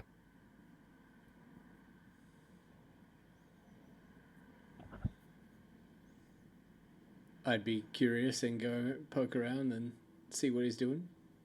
Well, you can't actually see what he's doing because the front of the store is like a bench top, an empty bench top, so you can't actually get to him from. Yeah, I mean you can talk to him, but you can't actually get to him. Gotcha. So the assumption is that he's the store proprietor, and if he was open for business, there would be stuff on the bench, and there's some, and whatever he's doing to the crate, but he's certainly within earshot. It's certainly, he's only 10 feet away at max. If you want to talk to him. Yeah, we might knock and say hello. Okay, so if you knock on the bench top, which is what I assume you said you did, he turn. Oh, g'day. Oh, not g'day. Sorry, it's Australian. Howdy, howdy, folks. What can I do for you? Hi. Yeah, we're new in town, and we're just sort of walking around and saying hello and getting a lay of the land. What do you do here? Well, at the moment, I'm getting ready for the market in 4 days' time. We have a market every Saturday for the locals and the local villagers around the place, local out of town farmers and scavengers. We come in and do a trade, and mainly foodstuffs and some fresh meat, maybe, depending on if the hunting's been good. So it's a real market day type thing. So I'm just getting ready for that. You anything in particular you're after? Archie's just gonna think out loud and put his foot in it. So, if there were a bunch of pirates that wanted to attack this town, Saturday's the time to do it. I suppose. Is this widely known that the markets are on this Saturday from people around the place? Well, the guy scratches his cheek just in front of his ear. Goes, yeah. Well, I suppose it would. I mean, I don't know how widely. I mean, I suppose most people within 10 miles knows the markets are on. Word might have spread a bit further.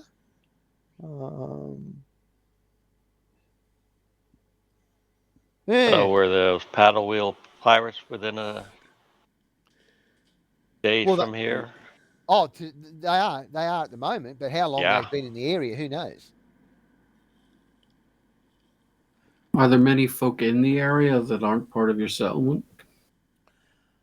Oh, maybe 2 dozen scattered around the area. You know, the odd farming family, or as I said, hunters and scavengers. You know, GM to players. I mean, I suppose it'd be like the old fashioned trading post, in the Weird West, where you'd have homesteaders and trappers and hunters, and that they come into the trading post, from maybe 10, 15 mile around, like a day's travel. So it'd be the same type of setup. I would, would be a good assumption to make. Again, in medieval England and medieval Europe, market day, funnily enough, tended to be Saturday, funnily enough, or Thursday, depending on the local area. And you get people from 10, maybe 15, occasionally 20 mile away. But Europe's a lot dense. Europe in the Middle Ages was a lot denser than America in the current age. If you have a given day for that, then that's probably a good time for somebody to raid the place with everybody there with their goods. Yeah, maybe. This is GM, not him. It all depends. It all depends if the pirates know about market day. If they're local and they know, if they're local, they probably do know about it. And they probably would have hit the place beforehand. That paddle boat wasn't. I mean, it's oared. Those paddle boats are pretty heavy. It's possible that they've never been heard of before. You're not too far from the mouth of the Mississippi where it empties into the Gulf, so it's conceivable that the paddle boats drifted downstream from further upriver. Yeah. So they may not know about market day. I mean, not every place has a market day, depending on how well defended they feel and all the rest of it, and how busy the place is. I mean, Trinity Springs, for example. You remember Trinity Springs back in the Sierra Nevadas? They were way, way more defended than this place. Yeah, they were. Well, no, they weren't really. They had the river to defend them, and they had sandbags and that on the approaches to the walls. But this place technically would be more defensible, being on the river. Then you don't get the large creatures coming in, and there's enough rubble and junk that you're not getting the large water creatures coming in. So. Oh yeah, But from a structural point of view, but from a weapons point of view. Oh yeah, well that's a whole nother issue. Yes, you're right. You're right in that regard. But I mean, they haven't. The Red Stick hasn't been overrun yet, and they've and it's not. This is not an overnight deal. They've been here for 10+ years, which is normally a good sign. Which is normally a good sign, exactly. Yeah. Or it's a good sign that they're Cthulhu cultists and Cthulhu is protecting them. Yeah, either way. No? Okay, fair enough. Yes. Yeah. So, you after anything in particular? Oh no, not in particular. I think we're pretty well equipped at the moment, and we're mainly on the lookout for an old engine rod for a Humvee. Oh, I need an engine, actually. You'd best see Mr. Tinsdale then. He'd have all that stuff. We don't deal. I don't deal in that type of stuff normally. Normally that's something like that's pretty specialised. We don't have much use for Humvee engines here. He says, looking around at all the sunken city. So yeah. But look, come back Saturday, and we'll have a look through. I'm sure we can come to some mutually agreeable deal.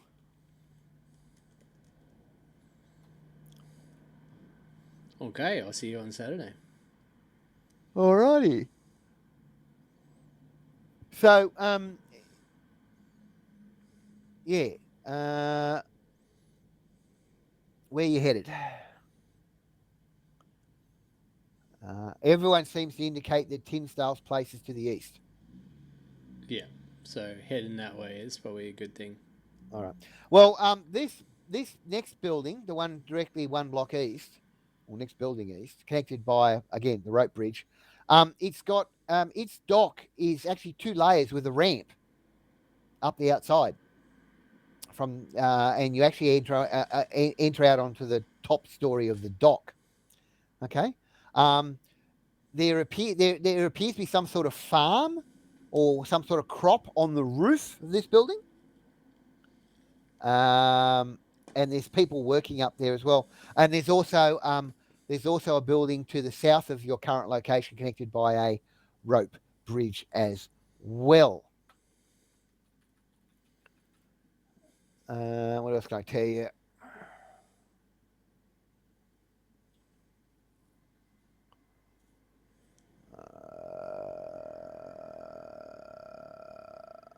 So the building itself, it's a long 2-story building.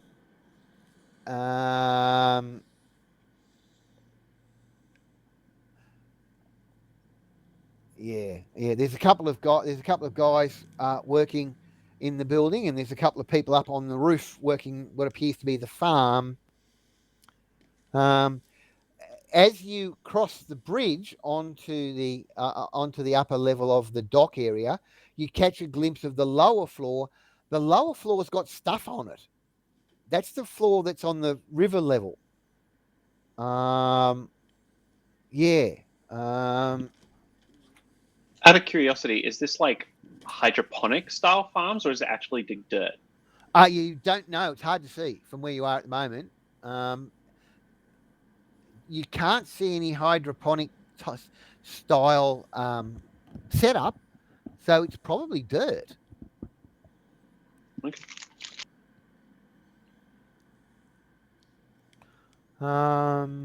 So are you staying on the second floor, or are you going to go down the first floor? We're looking for Mr. Tinsdale, right? I believe that's what you're looking for. Yeah.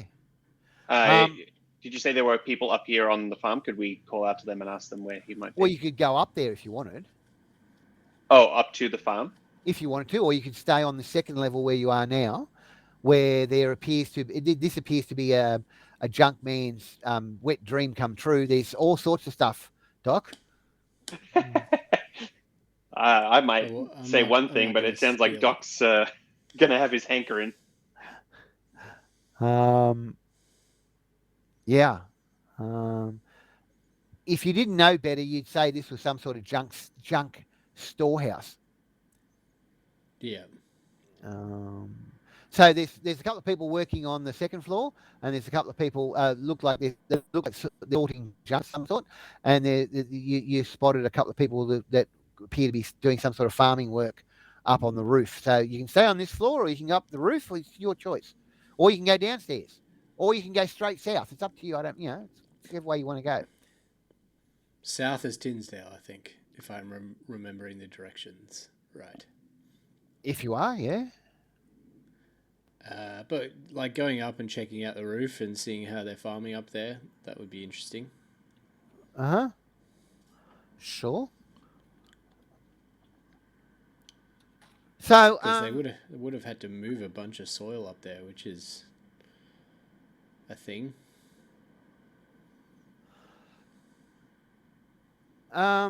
Yeah. Okay. So you go up the top of the roof. There are a couple of people up there. Look, it appears that the roof's been covered in soil up to or very close to the lip of the not balustrade, but the lip of the wall. You can see tomato plants, squash, cucumber, corn. Yeah. Where the soils come from, who knows? But they're actually growing in soil. So no, it's not hydroponics.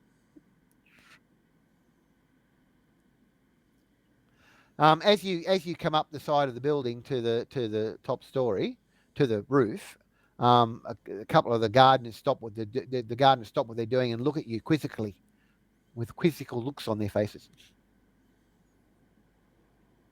Archie would say, pun intended, but how on earth did you get all this dirt up here? Stop it.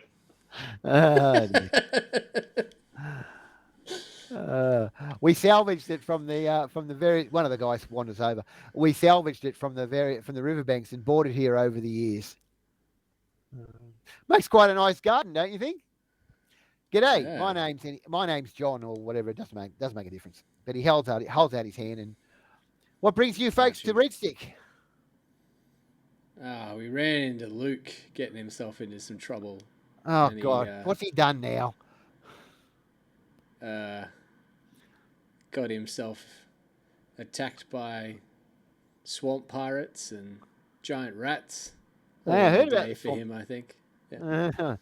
First time he's been attacked by swamp rats or river pirates. But there you go. You know, you're going to help us with the pirates, are you?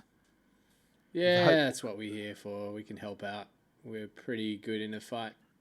And we scared him off once. So we can scare him off again. Mighty obliged if you do help us out. So yeah. No, here's where we grow some of our crops here. Keeps us helps supplement the diet. Keeps the community healthy. Given that he's a bit of a biologist himself, he's curious here. Is like, how do you keep it fertilized? Like, there's not a lot of soil up here. You'd have to really be careful with what you plant up here. Yeah, believe it or not, the soil's about 2 foot deep by now. The river produces.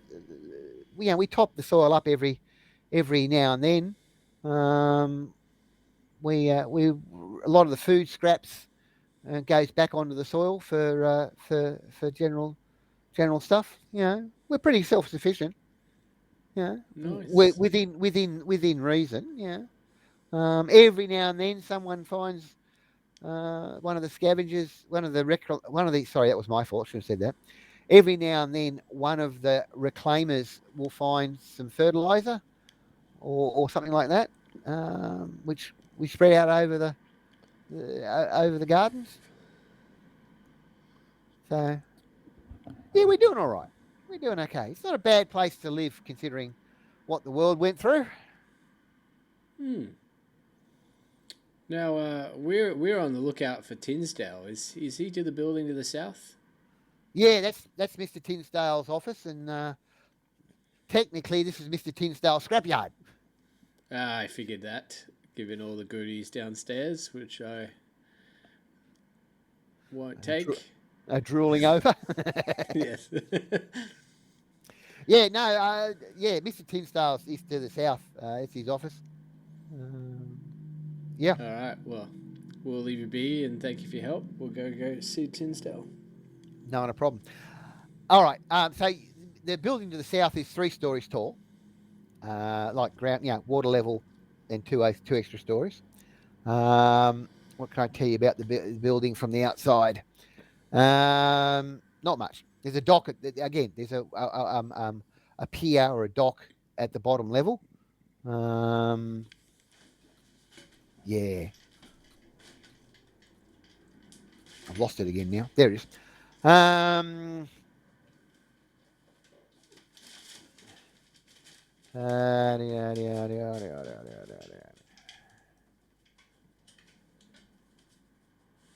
Hang on a sec. Right. Yep. Okay. Listen, that's a good place for a quick 5-minute intermission for coffee and bathroom and whatever else tickles your fancy. If you can get done in 5 minutes. So is that all right with everyone? Yep. No problems. Right. Throw that intermission up, and we'll see everybody in a few minutes' time, eh?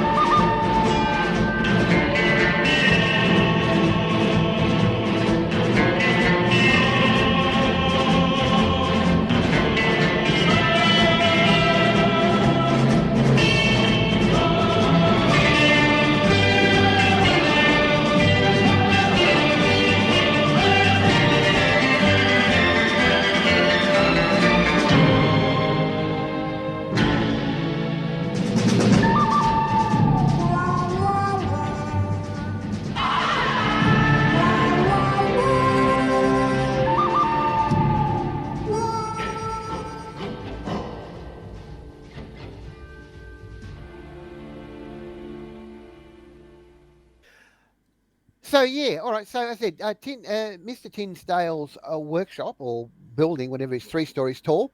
The rope bridge from the scrapyard comes in at second layer, the second story. Okay. There does not appear to be a rooftop garden on top of this building, whereas every other building, apart from the market. Now, even the market had a rooftop garden. Yeah, you guys were on the second floor. Sorry, that was my fault. Every building in town's got a rooftop garden except the sheriff's office, and this one so far. Okay. So, assuming, are you knocking on the door or just walking in, or what? Yeah, if the door's closed, we'll knock on it. Come on in, you hear an older voice say. Assuming you're entering.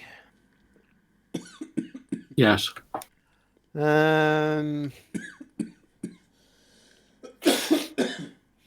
So, look, this is obviously, I mean, you recognise the dock as a workshop of some sort, obviously. Yes. There's a small bookish man who appears to be losing what little grey hair he has remaining, in a dirty work shirt, but clean shaven, which is like in the room. He's got a headband with a not a miner's lamp, but a lamp on the headband. He's working on something at one of his desks.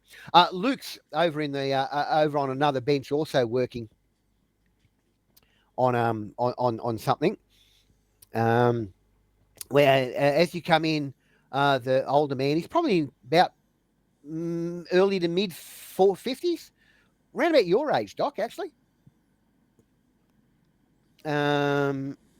he looks up. There seems to be a flash of recognition as he stands up from his bench. He flicks his headlamp off and tries to wipe his hands on his shirt to clean them, and walks over and sticks his hand out. To whom? Rupert Tinsdale. Mighty glad to meet you folks. Thanks for pulling Luke's fat out of the fire yesterday. And with that, he scowls at Luke in a fatherly, protective, what am I going to do with you sort of way. So Luke tells me you've got some car problems. Yes, we do. When did you break down? What was it, like 3 or 4 days ago? Closer to 7. 7 days ago. And where are you broken down? How far out are you? That's a good question. I don't know as a player.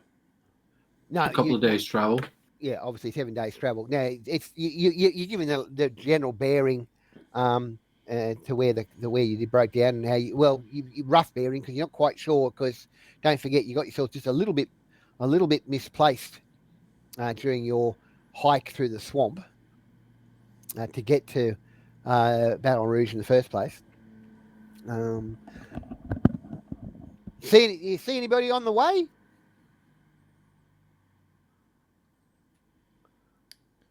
Luke was the first. Just them person I scabber. saw. Really? Yeah. Okay. Yeah, cool. Oh, cool. So what's wrong with the car? Do we know? I believe it's thrown a rod. Oh, I need a new engine. Well, I can't help you with a new engine, but we might be able to hook together. I think I've got some parts for a rod. We might be able to repair it. Probably your best bet. Still, it's a 2-week round trip from what you're telling me, so we're going to have to plan it out properly. See if the sheriff can spare us. It can't be immediate. We can't do it immediately. We've got these river pirates Luke was telling me about coming in. We can't leave the town unprotected, so it's going to have to wait to then. I understand you're helping out with the river pirates too in exchange for fixing the car. Is that right? Correct. Okay. And you sure you didn't see anyone out there on the way in? Yeah, we're pretty sure. Did we We're have pretty seen careful. anyone out there on the way in? GM to players, no, you didn't. As you said, Luke was the first person you'd seen in 3 or 4 weeks.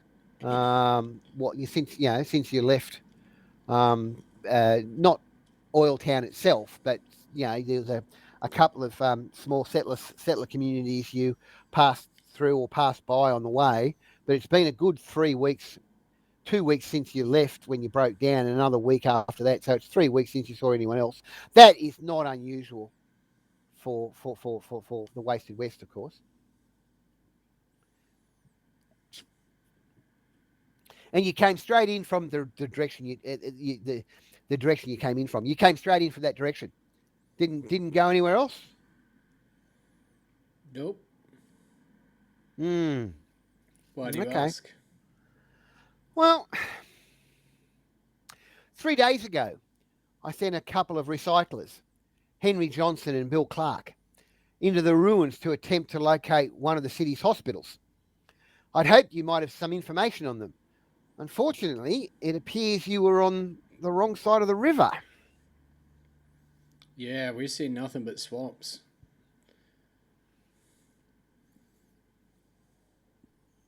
Yeah. I don't know what we're going to do now then. Because what was it? We stumbled into Port Allen, which is where we met Luke, and that was the first bit of civilization that we've seen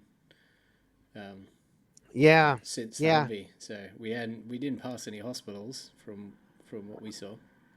No, the hospitals would have been. I mean, the Baton Rouge had 3 hospitals before it sank in 71. Obviously, the hospitals are still there, but how much of them are underwater and the rest of it? I was hoping we would be able to recover some of the more advanced medical equipment, maybe even some unspoilt medical supplies. I mean, normally a job like that seldom takes more than a day. I'd have worried when Henry and Bill didn't return that night, but they're 2 of my most experienced men I've got. So I'd figured they'd just run a little long and maybe decided to hole up out in one of the buildings for the night. As long as you stay in the buildings out of the Mississippi, you're usually pretty safe. Few scavs or dangerous wildlife leave the security of the shore. I mean, that's why we built Nouveau Baton Rouge where we did. But come evening yesterday, there was still no sign of them. That's when I guessed something was really wrong. I'd planned to send out an expedition to look for them today, but young Luke's impromptu expedition yesterday put a bit of a temporary halt to that.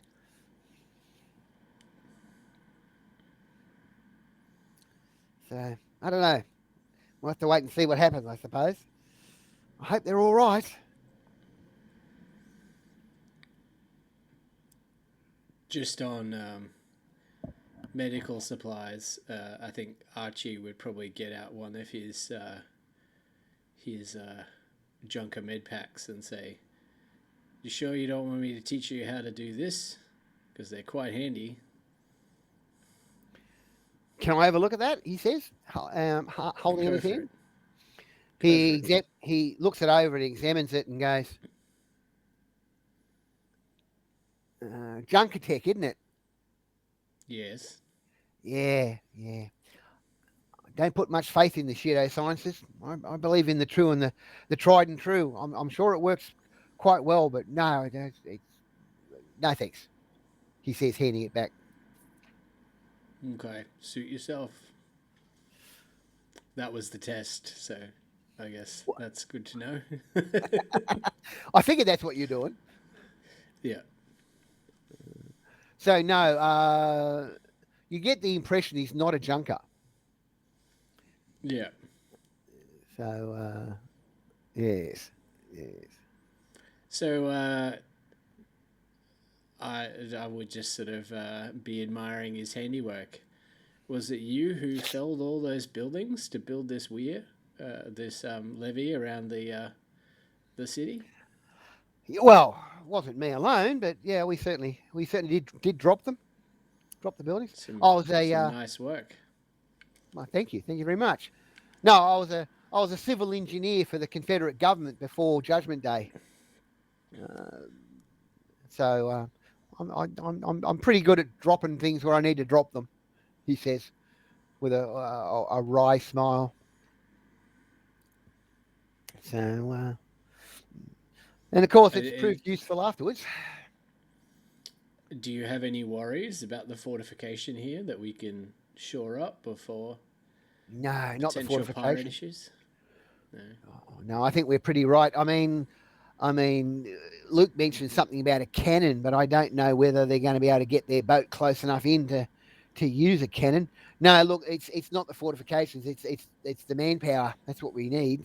That's why I'm glad you've agreed to help us out, especially with your firepower that you've got. Luke said something about large explosions. You've got some grenades I don't know about. Yeah. Nods at Something like that. Max. Something Max has like got plenty of grenades. Yeah. Actually, Max does have plenty of grenades.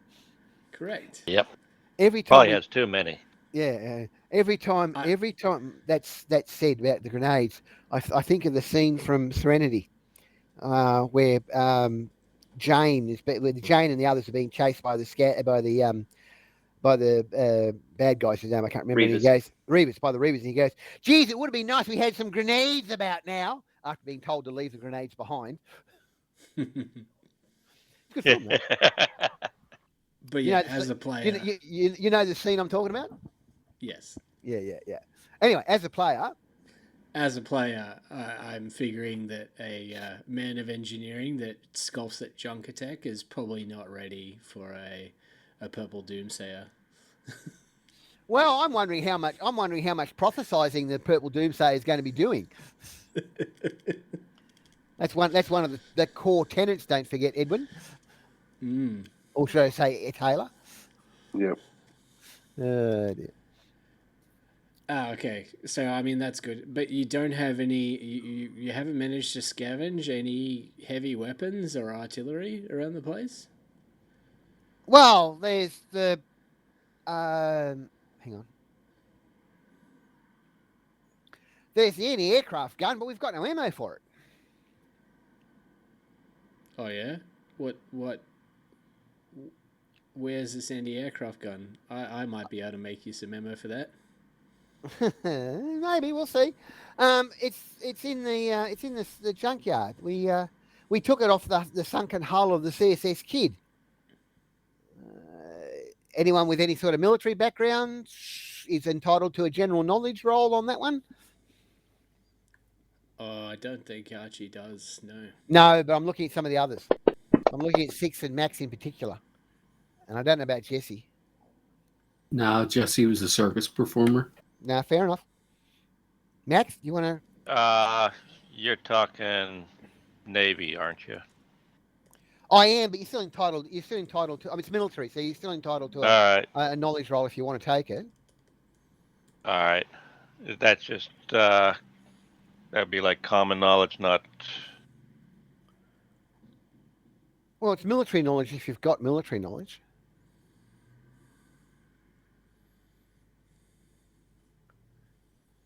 Nah, I don't have any of that. All right. Well, you got any sort of knowledge at all? Because they're related skills. That's why. Just the road area knowledge. Yeah. Well, give me a roll. Knowledge. Roll. I can roll my knowledge skill. Yeah. Roll your knowledge skill, and we'll go from there. And I'll take some penalties off. I don't think I need to. Yeah. Okay. The USS Kidd is a Confederate destroyer. Pre-war days, obviously. It was on display in a museum at Baton Rouge at the time of the aircraft. So yeah, so it was circa circa 20th century as opposed to 21st century. So possibly World War II era, maybe a little bit later. The kid. So what the anti-aircraft guns like, who knows? Could even be earlier, but anti-aircraft guns really started to come into play just before World War II, as such. 50 cal, 20 millimeter, 40 mil. This one. 40 mil. Yeah. Or it's a you little could have baby. those new Gatling gun things if it's later. A CIWS, a close-in support weapon. Yeah. Yeah. Seaweeds. Seaweeds. That's it. Thinking of that word. I couldn't remember how to pronounce it either. The R2D2s, as they're also sometimes called, because they look like them apparently. I've heard. Of course, Because make enough ammo for that to be worthwhile. It would be a long day. And 40 mil. I mean, I know 40 mil doesn't sound like much, but 40 mil's a decent size. Round. I'm just thinking like World War II, like flat cannons. They were 80 mils, Some of them were, yeah. and like modern day Sherman ships these days are like 120, 150 mil shells. Oh, the Like big 40 cannon. mil, that's an inch and a half. That's an inch and a half. Oh yeah, it's a big. If you're talking main battle if you're talking cannons like ship cannons, Yeah. you're up to 6 inches or 155s. But that's the size. That's the howitzers and things like the 6-inch guns. No, most anti-aircraft guns are 20. I mean, the 20 mil auto guns on modern fighter planes are only 20 mil. The anti-aircraft artilleries, what they are, so that's why it's called AAA, anti-aircraft artillery, were only 40 mil. But the Sherman tank only had a 72 mil barrel. The German 88s were, funny enough, 88 mil. Hence the name. They're both World War II era armaments. So 40 mil for an anti-aircraft gun. That's a pretty hefty anti-aircraft gun. It's one of the bigger ones they ever made. But of course, you've got to do a number on a brass cannon. That's for sure. Well, yeah. You can actually traverse down that low for any aircraft gun. There are reports from World War II of any aircraft gun being used as field artillery, direct line of sight field artillery, to when they're about to be overrun and things like that. Anyway, so yes. So that's what the USS Kidd was a Confederate era destroyer, Confederate destroyer that was on display in Baton Rouge when Baton Rouge flooded in 71 or 72, whenever it was. That's 2071, by the way. Apart from that, no. One thing we are light on, says Tinsdale, is firearms. So, but then again, we don't really need a lot of them up until now, I suppose. Well, just a quick memory search. Yeah, go for it.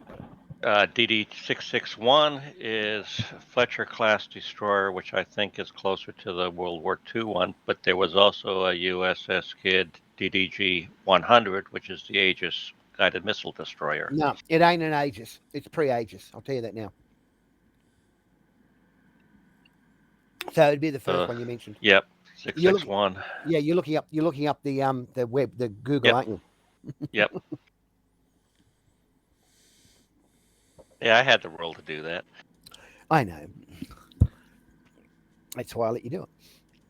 So as I said. Yes, and it's berthed at the Mississippi River in Baton Rouge, Louisiana. So there you go. That's the boat. Well, apparently it's a sunken hulk now.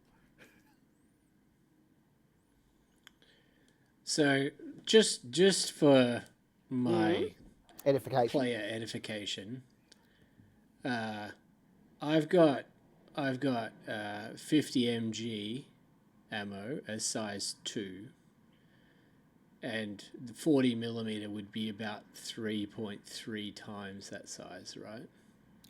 Yeah, 50 cal's half an inch. It's 13mm or 12.7. 12.7, 50 cal, 12.7. And so it's Yeah. 12.7 mil versus 40 mil. So yeah, you're looking at roughly 3 times the size. Yeah. Okay. Cool. So if you're talking, within my capabilities to make some. I'm not saying it's not. I didn't say it wasn't. I just said it's an awful lot of ammo you want to go through because those things they use those things. They throw up a lot of flak at once. It's not single shot. It's like 1,000 rounds to try and clip an aircraft type thing. Not that quite that quick. But... Or a You can't bunch of just flat do. boats. Yeah, you can't just do the orc thing and put like 6 rounds in the barrel because they'll all fit and be like, well, now it's a flak round. You can try. It's kind of treated like a blunderbuss. Yeah, you can try.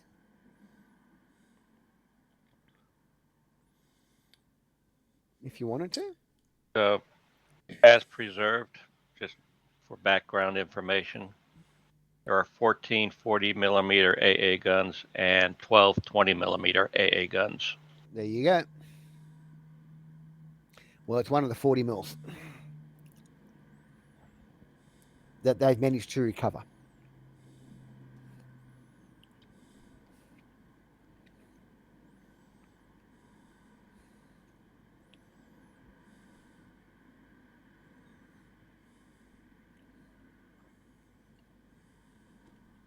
Mm-hmm.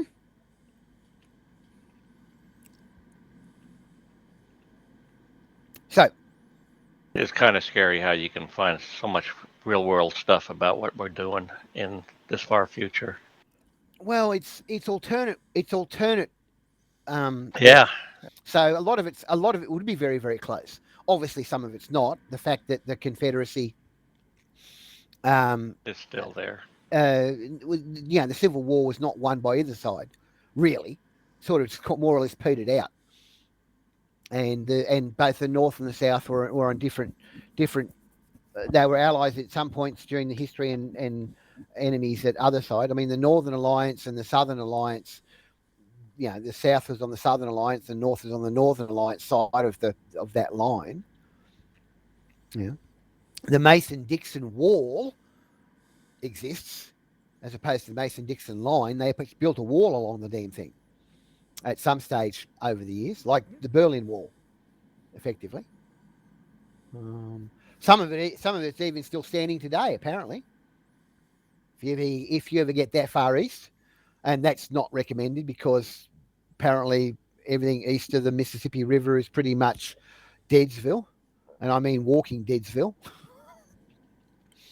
By the way, this is all in the history, the history section of most of the extra information that you guys got access to. If you want to, if you're interested in looking all that up. Anyway, so what are you doing? Looks like you're not going to get your Humvee fixed until after the river, the situation with these river pirates is resolved one way or the other. Who knows when that's going to be? You've got yourself room and board for a while, which is good. Yeah, and we've got 2 missing people. That would be extra help. Yeah, is that too? And of course, there's still plenty of the town to wander through and investigate. And Doc, I'm sure, is drooling over getting into the junkyard. And any books around here? There's a few on the shelves here in Tinsdale's workshop. Anything I noticed that might be unknown? Oh, who knows, mate? I mean, the general idea is you don't know what's known and what's not. So the general idea for the librarians is to scan everything and send it in.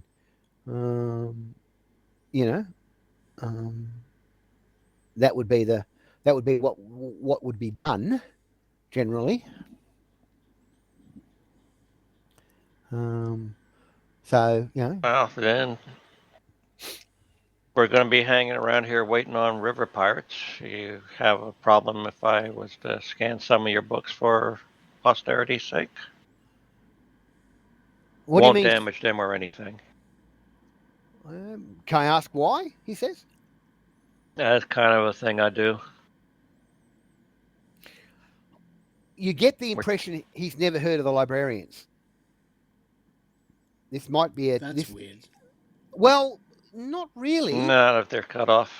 Not if they're. I mean, they are probably the easternmost, or one of the easternmost settlements in the West, as such.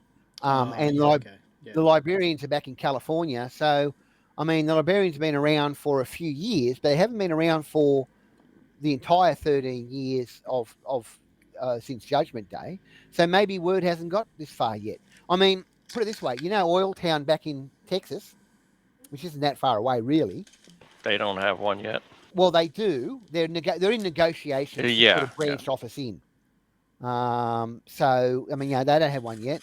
So, I mean, and don't forget also, geographically, Colorado and Throckmorton are between here, well, more or less between here and Junktown. And, of course, south of Junktown and that, you've got Silas's Doomsays. So that's sort of a bit of a not a wedge, but a bit of a no man's land as far as people in the most people are concerned. See, Throckmorton wouldn't have gotten this. It's unlikely Throckmorton would have gotten this far. Yeah, maybe he did, but I mean, usually, I mean, you do get black hats all the way to the West Coast. So there's no reason why you wouldn't get the black hats all the way to the Mississippi, but it's a pretty rare event, I would say. So maybe these guys haven't heard of the librarians. Maybe they haven't heard of a lot of what's going on. This might be a good opportunity for some tale telling roles to fill people in on what's going on back east, back west. What's going on. It's like the opposite of the Weird West, where all the civilizations out west and the east is all fucked. Yeah, that's pretty much exactly right. So these guys, I don't think you get much further east than here without crossing the Mississippi.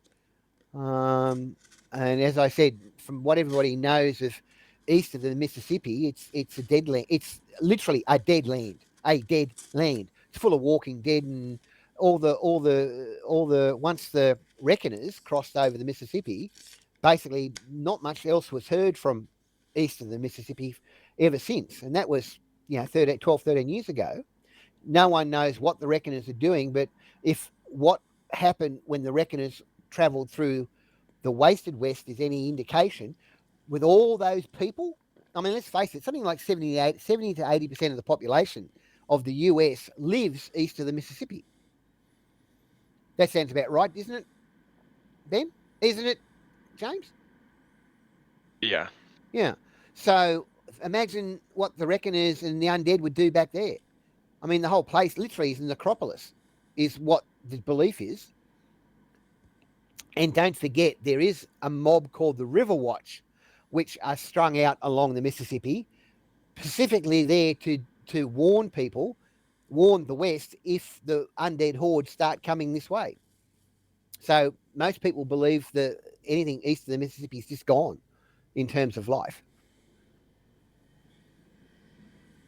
So, yeah, there's some of your history that you may have forgotten or didn't know about as players. So, so what do you want to do that for? I mean, I don't mind. I'm just wondering why. We're trying to. I'm with a small group that's trying to recover as much information from books. So we'll try to copy the books and then not really combine them, but put them in a depository type situation where people can access them. You mean like a library? Yes. Okay. And how long has this been going on for? How long have I been doing it? About 3 or 4 or 5 years. Yeah, it's probably about 8 or 9 all up, I think. Okay. Yeah. Maybe 10. I can't remember. I can't remember the librarian's exact history off the top of my head. You should know. I mean, you've got access to it, so that information. Yeah. Okay. That sounds like a really worthwhile. Yeah. By all means. I mean, we get the odd slug from Movie Town when the odd trader comes through, but they've never mentioned anything like this. It's intriguing to me. So, by all means, yeah, sure. You got anything you could share with me and coming the other way? Probably have. Do I have access to the palm quarter to something? Your palm quarter, yeah, of course you do. But then, how can I print it out? Well, you Can't can't really print do that. No, you can't print it. You'd need a palm corner. You'd need a second palm corner to read it on, or transfer it to some sort of working computer, which there doesn't seem to be anything like that here. I mean, this place might be a perfect long-term location for a branch library. It's one of them. It appears to be one of the major settlements in the area. Not that there's a lot of settlements in the area, and as I said, they're currently your boss. I can't think of their name. Is currently negotiating setting up a branch library in Oiltown. This might be a good secondary or even primary location if that one falls through. Might be worth mentioning to the bosses back home. No? Well, I'll mention to him the oath I took as a librarian and see what he thinks of it. Yeah, it sounds like a great idea. Anything to preserve the knowledge. I mean, I'm not going to be here forever. I'm trying to teach Luke as much as I can. This might be a good way of spreading that knowledge to the rest of the survivors of Judgment Day. That's got to be a good thing. So you're welcome to scan whatever, and happy to receive any other information back. Just to fill out some of the background. Don't forget the librarian at Boise has only been there for 3 or 4 years max. The one at Junktown's only been here for roughly the same time frame. So this idea of the branch libraries is pretty new in terms of the history of of what's going on, or current events of what's going on in the Wasted West. I'm just trying to remember what is needed as far as setting up a branch. Oh, basically, if you guys, I mean, some sort of location to store anything locally, in terms of hard copy. Obviously, the librarians the branch libraries of the branch librarians can communicate back with the head librarians somehow. Don't say how. That's supposed to be proprietary knowledge. Remember? Yeah, the Noviates need to spend a year at least receiving instructions. So, So, I mean, but that type of thing. I mean, again, it'd be a senior librarian who'd come out here to be the branch librarian, if that could be set up amongst these guys. If both sides agree. Yeah.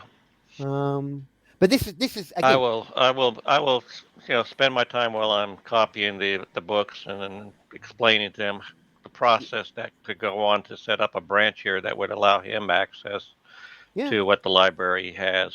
Yeah. So I mean, that's one of the things that is one of your mandates, in the way that Taylor's supposed to be prophesizing, telling the people their doom.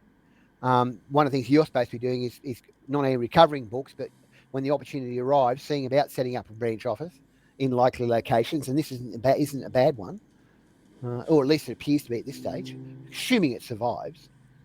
Well, a question comes to mind for me is Luke here, does he seem to have the literacy, IQ, and general temperament that we would want?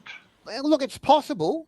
The problem is, the problem is, he's also probably the best bet for the long-term survivability, engineering-wise, of here.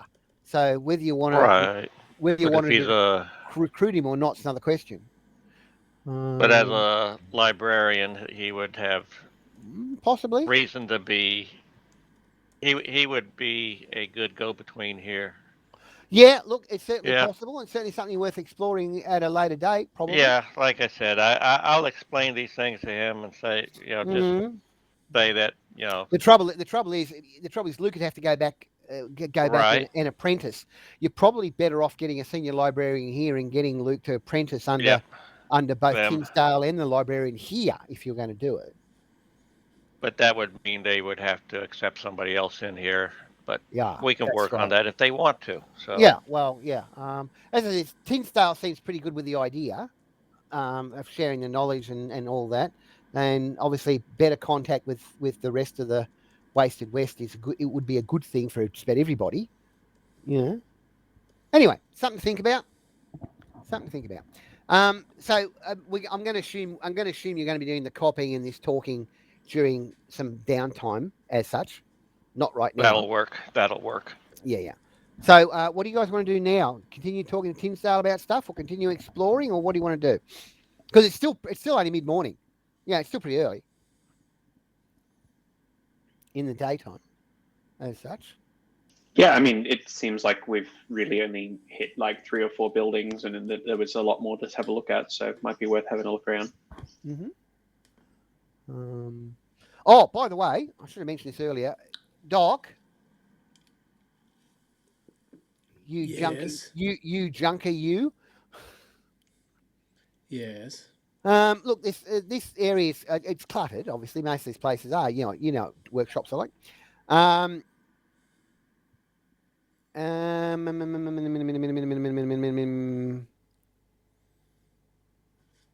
mean, I'm already suspicious that this guy is not 100% not a junker, because he was making spook juice, and that's definitely junker tech. Yeah, well, that's what they claim. Anyway, look, there's. I mean, the workshop's interesting. There's all sorts of junk. You'd love to be able to spend an hour or two just going through and scavenging stuff, but it's not your workshop. You know what I mean? So yeah.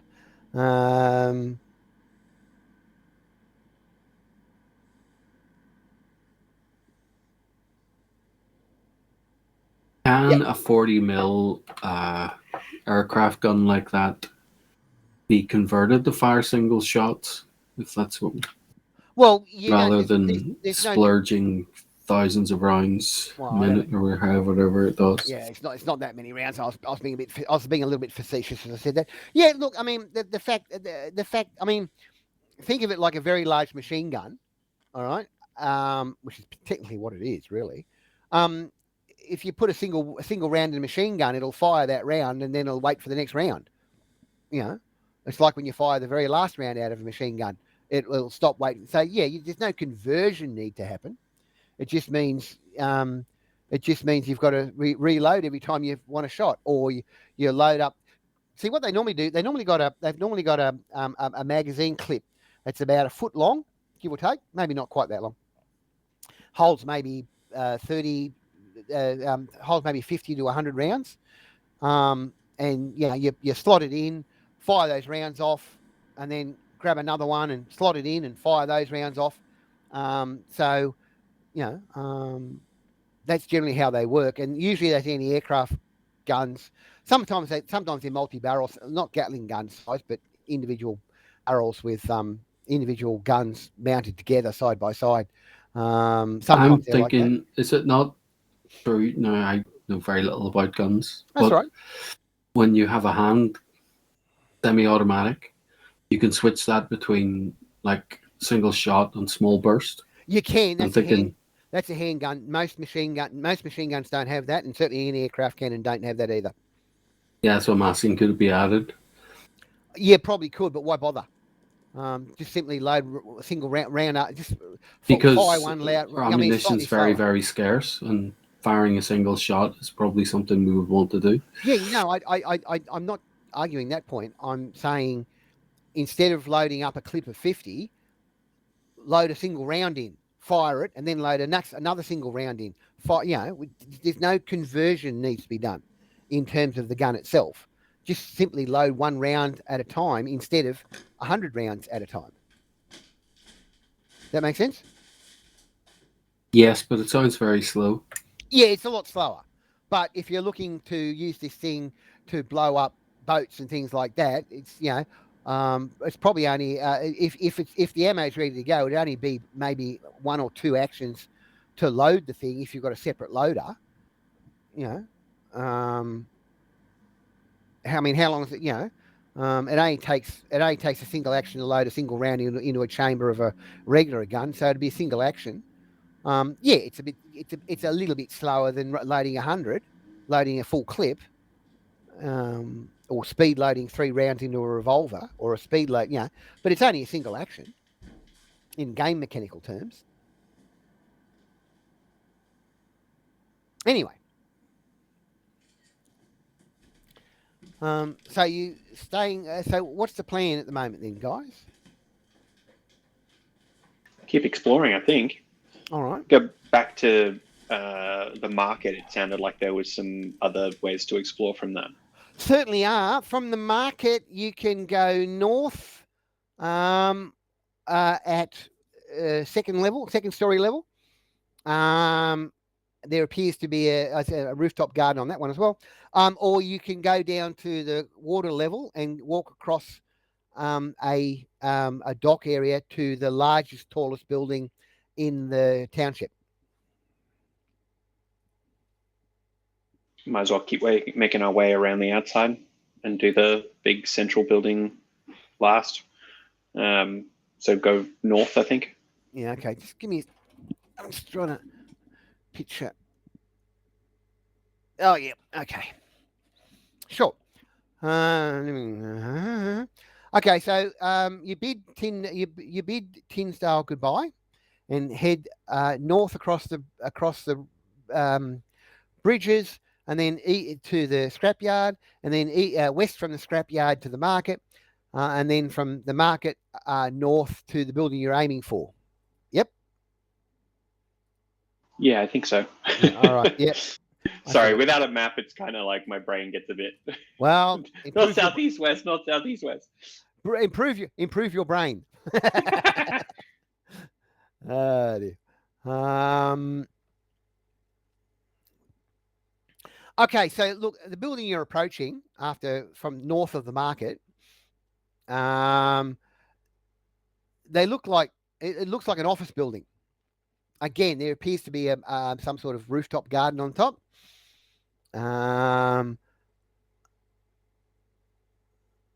Yeah. So there's a few kids running around. First time you've seen kids in a while.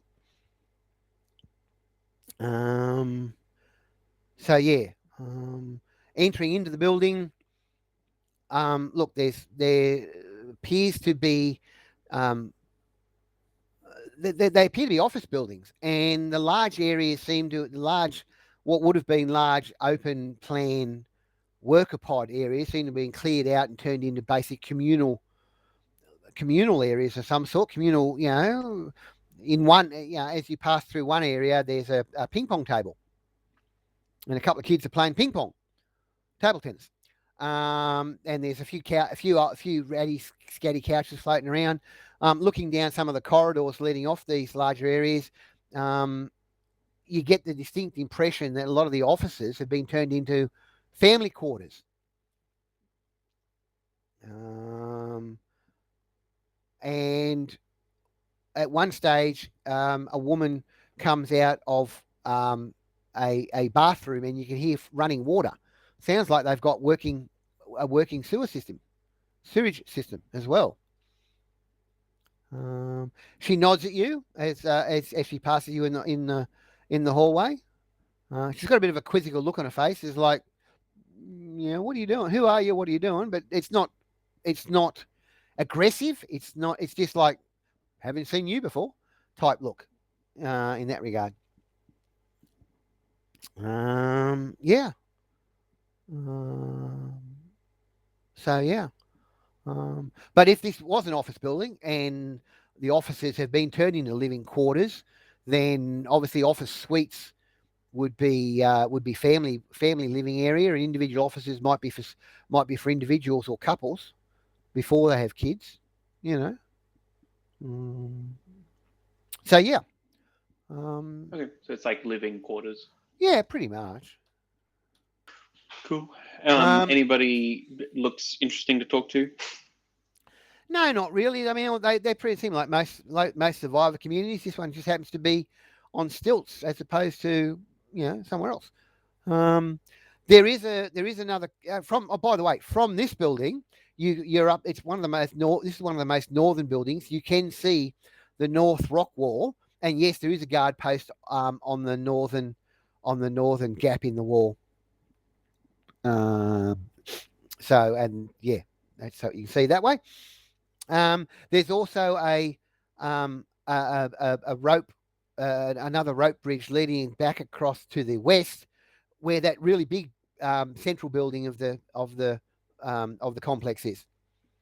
Yeah. May as well keep following it around then. Sorry, I'm confused. I thought we were on the other side of that. Well, it's so big that the bridge heading west from this living quarters is attached to the very north end of the big building in the middle. Yeah, I thought we were on the west of it. No, you're on the east of it. Yeah, okay. I have no idea where we are then. Okay. I'll get you a map. Don't trust me. I'll get you a map. Okay. I've got one for you. I've just got to get it out for you. Okay. So. Okay. Trust me. In that regard. So you're going across the. What? Trust me. Yeah, you always trust the GM. Always trust the GM in all regards. Please don't make me spit my coffee out. To you. Are you heading across to the big building? Yeah, it sounds like that's the only way to go from here. Other than back the way we've come. Other one back the way you come, of course, yes. All right. Where are we?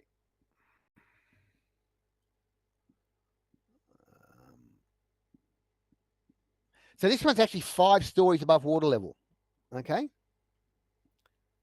It's huge, this place.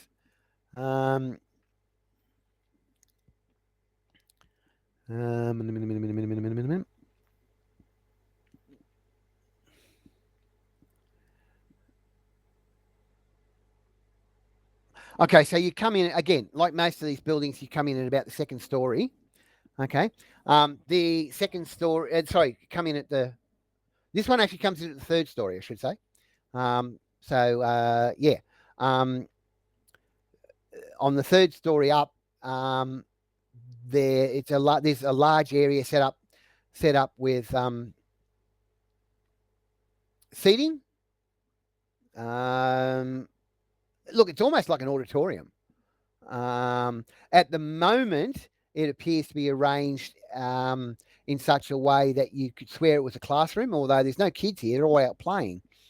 But there's a whiteboard set up, and a lot of the benches have been arranged in front of the whiteboard.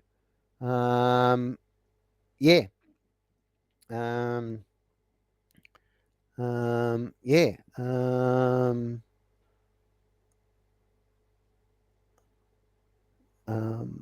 There's no one really about. You can go up one floor or down one, or you can go up to 2 floors up, and you go up to 2 floors down. If this place is typical of the buildings in Red Stick, then the ground floor is going to be empty. The water level floor will be empty. So yeah. I'm guessing that's because of tidal reasons or something. Yeah, pretty much. The only building so far that's been an exception to that has been the scrapyard, and you haven't really explored that. So why would they store things where water could get to it? I don't know. So yeah. So what do you want to do? You want to go up one level, down one level, up 2 levels, down 2 levels, up onto the roof, or do you want to move to one of the other 3 buildings that are available that you haven't been to yet? Are they like full floors? I have in my head, I'm picturing some kind of like a central No, they're chamber, like a shopping mall. Yeah, no, yeah, pretty much like that. There's might be a couple of storerooms on the perimeter, but it's a large it's been cleared as a large open area. The whole town could fit here. It's probably, as I said, it gives the impression of an auditorium or a schoolroom or whatever. But I mean, it's probably where the whole town meets for town meetings. Actually, it's that big, and there's that many benches. Not all of them in use at the moment. You know. Sorry, I mean through the layers, like the each. Oh no, like they're not donuts above this. No. They're full floors. They're not balcony floors. They're full floors. Well, at least the one you're on and the one above appear to be full floors. Gotcha. The one above that, who knows? One below, and the floors below, you don't know. But they are full floors. Right, let's go down. You're going to go down? Okay. As you head downstairs, there's a number of openings into this floor. The central area of this floor appears to be some sort of central not meeting area, but area where things set. I'll explain. You'll understand more as I explain further. Trust me. Even if I'm the GM. Can I break in for a minute? Sure. I got a small issue. What's that? Something told me to check out Starlink on my phone, which is how you access it. There's a update that's going to go off at 3:30 my local time. Which is when? 15 minutes, basically. All right. So in other words, we may lose you in a quarter of an hour. I can install it now. We're just walking around to different locations. It might just be on my phone. I don't know. But I might also get bumped for a second or two and have to re-log in to the game and TeamSpeak. Well, it's up to you if you do that, mate. But when you do if I don't, it will go off at 3:30. Yeah. It's one of those things. It's one of those. Yeah, I know. See how you go with it. Play it by ear. It's up to you. You do it now if you want to do it now, but or you leave it till 3:30 or whatever. Well, we're walking around. I can catch up. Okay. So to speak, and well, if I disappear, I'll be right back as soon as see if you can. Done. Yep. Cool. There. This area has been turned as you move into the area and look. It's been turned into a rather large infirmary or a rather small primitive hospital. There's a woman in her looks to be in her early 40s.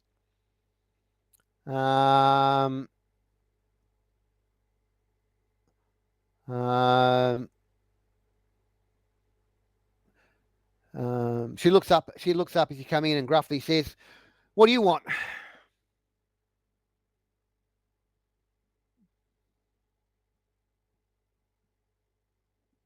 Well,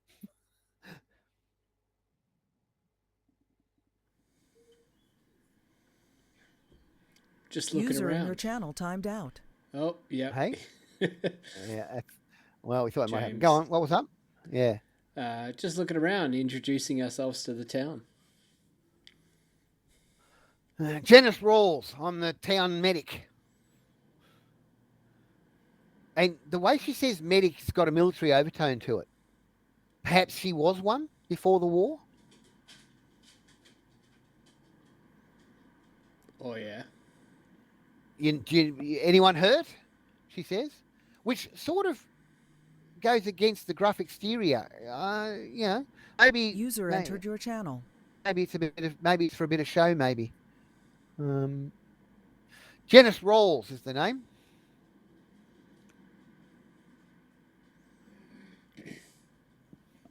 I'll introduce Jesse myself. Davenport, pleased to meet you, man.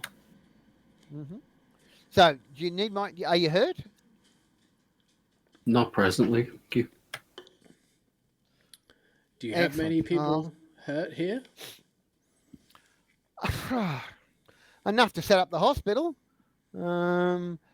Usually breaks, sprains, a few cuts and abrasions, a occasionally some of the recyclers will come back with more serious injuries, but nothing we can't handle. Well, nothing I can't handle anyway. Very self-assured. The occasional birth. Does that mean you have a surgery here? Of sorts. Not a proper, not one from like one of the hospitals.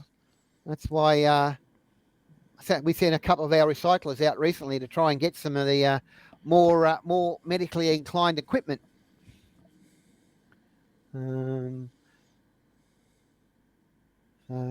But no, we've got a example.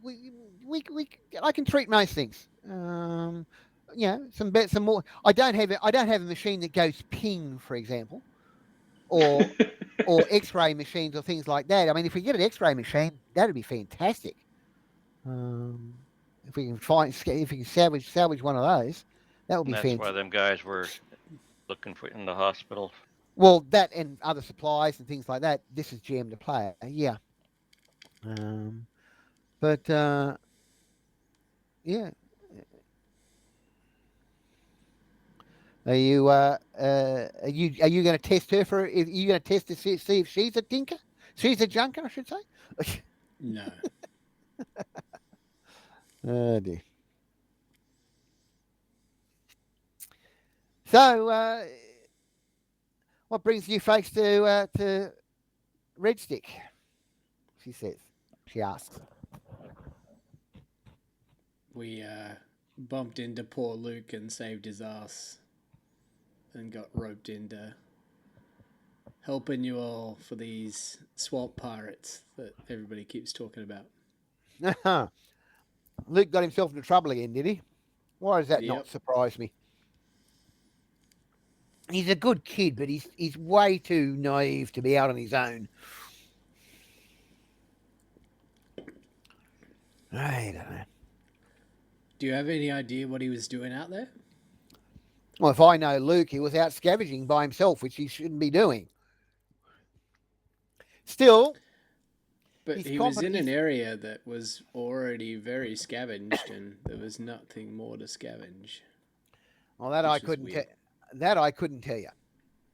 But look, the sheriff and Tinsdale trust him enough. I mean, that's why they gave him the SMG.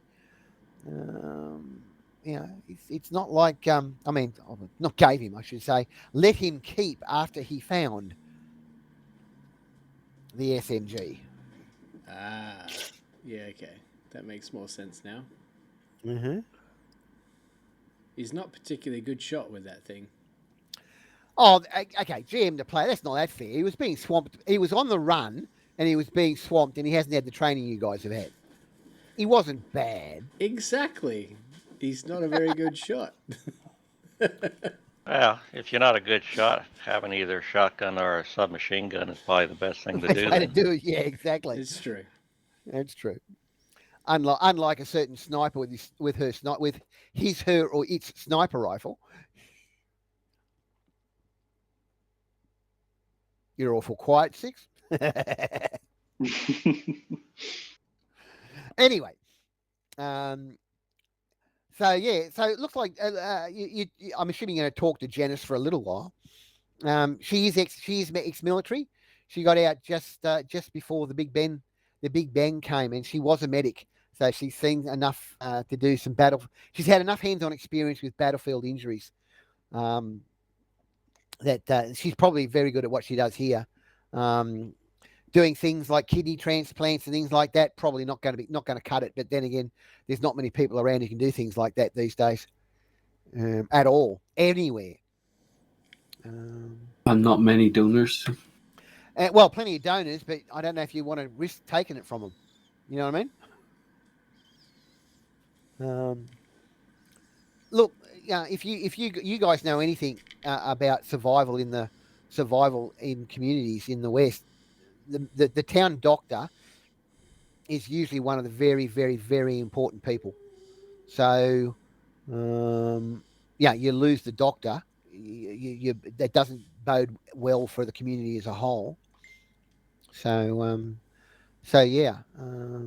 So it's people like the town medic, the town sheriff, the town mayor, the town engineer.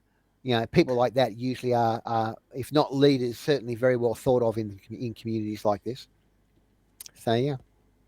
Is there anything in particular you want to talk to Janice about?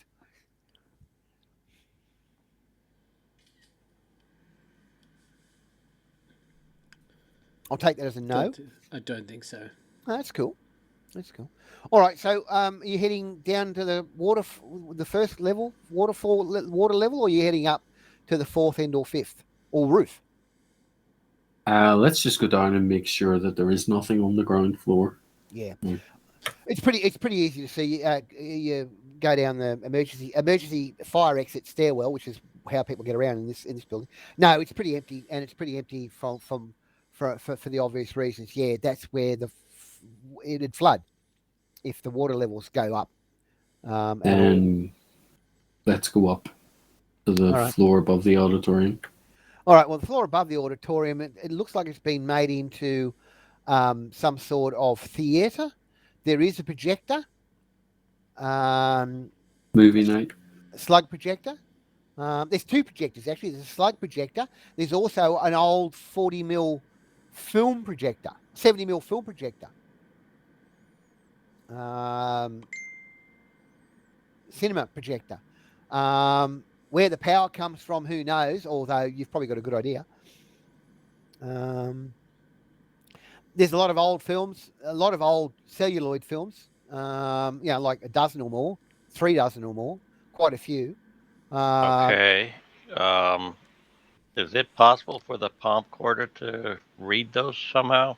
No, but it would be possible to set up and run the films and record them on a palm quarter, like you do a handycam in the cinemas these days. There's also I need to do something like that at some point. Yeah. There's also there's maybe a dozen film slugs, most of them from Movie Town. Cole Ballard, Nemesis of Evil, Law Dogs, Badges and Bullets. That's the usual amount of stuff. That's the usual fare. Some of the other stuff is more highbrow, but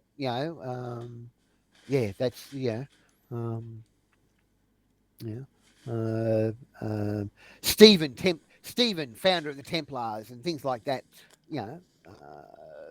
A lot of it professional film pirate. Yeah, and they've got his name wrong too. And they've got his name wrong. They've got his name wrong too. Yeah, that's nothing new. Raid on Junktown. That's just the type of post-apocalyptic Hollywood schlock that Movie Town and the producer turn out, which funnily enough turns out to be very, very popular. Lots of explosions, lots of heroicisms. I'm sure Cole Ballard himself is quite proud of a lot of it, considering Cole actually stars in a lot of it. Does everybody remember who Cole Ballard is, by the way? He's one of the personalities of the Wasted West. He's a ex-Throckmorton goon who somehow got away and not have his head go bang from the explosive headbanger chips, and he's a law dog. Usually operates in and around. Well, he operates all over the entire Wasted West, but he tends to operate around Junktown slightly more than anywhere else. Depending on who you ask, he's the greatest hero the West the world has ever seen since Judgment Day, to the biggest egotistical blowhard you'll ever meet, and they're not necessarily different. They're not necessarily mutually exclusive either. But Cole Ballard's certainly up there and well known as Ike Taylor, as Simon, as Joan and Throckmorton and Silas, and some of the other big names in and around the West. So yeah, he's certainly one of the West's personalities, shall we say. He's probably the individual. When someone mentions a law dog, Cole's probably the first person that comes to mind. In the same way that when you mention a Templar, it's usually Simon that comes to mind, or Joan if you mention Joan and Silas when you mention Doomsayers. There's no one in the Psycho realm that fills that role, which is interesting, don't you think, Six? Not Barry Doyle or nobody? No, not really. I mean, you know them. You know a few of those names, but there's no one that really stands out the same way that Cole and Joan and Silas and Throckmorton and. Are they not more secretive? Yeah, I was going to say that's probably a good thing. It's like being the most famous spy. You're probably doing a bad job of being a spy. Oh, well, James Bond. Right. I say no more. You say no more. It's funny. The Junkers don't seem to have anyone in the same boat either. No one that really stands out, like Ike Taylor does, or any of those other big names. And of course, probably because the Junkers are generally looked down on because they're seen as the descendants, if you like, or at least the spiritual descendants of the mad scientists, and it was the mad scientists who came up with the ghost rock bombs and therefore caused Judgment Day. Well, Junkers, that's what Junkers are generally seen as.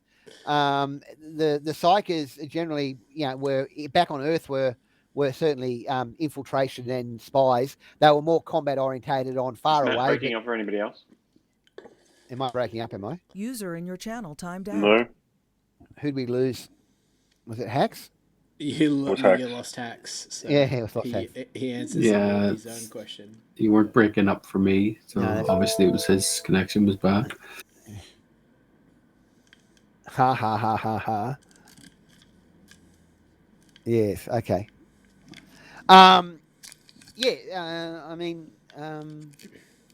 Individual doomsayers might be individually known in certain areas, but certainly there's certainly it's either Silas or Joan.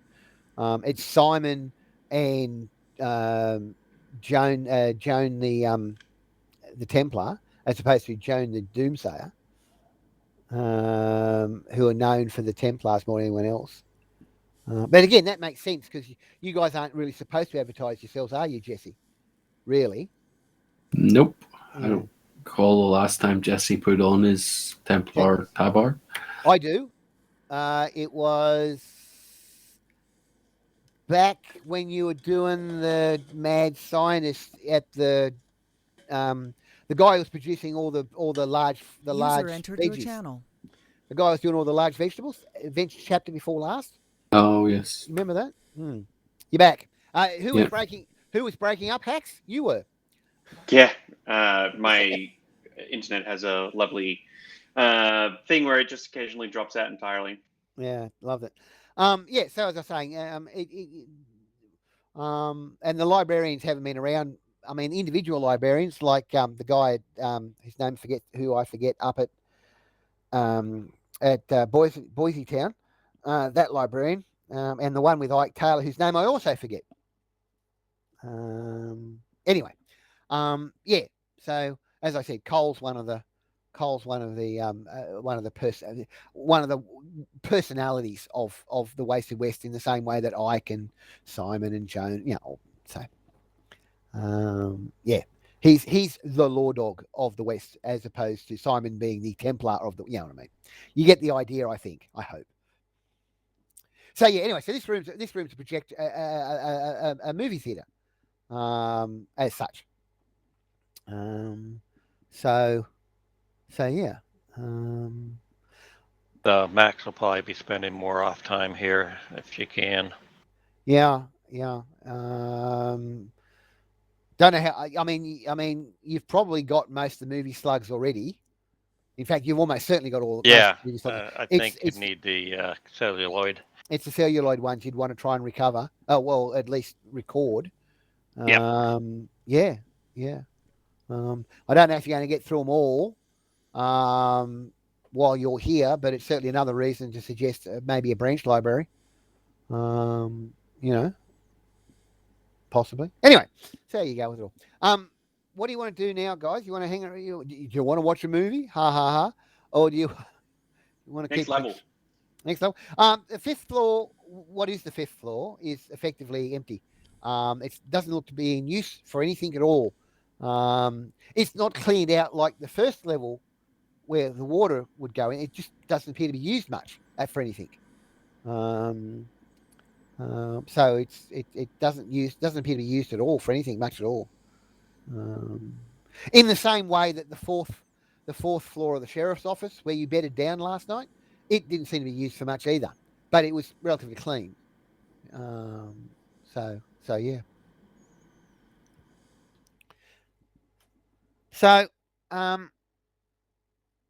there, from looking out the window of this building, there appears to be to the west of this building. There's three other buildings running north to south in a row.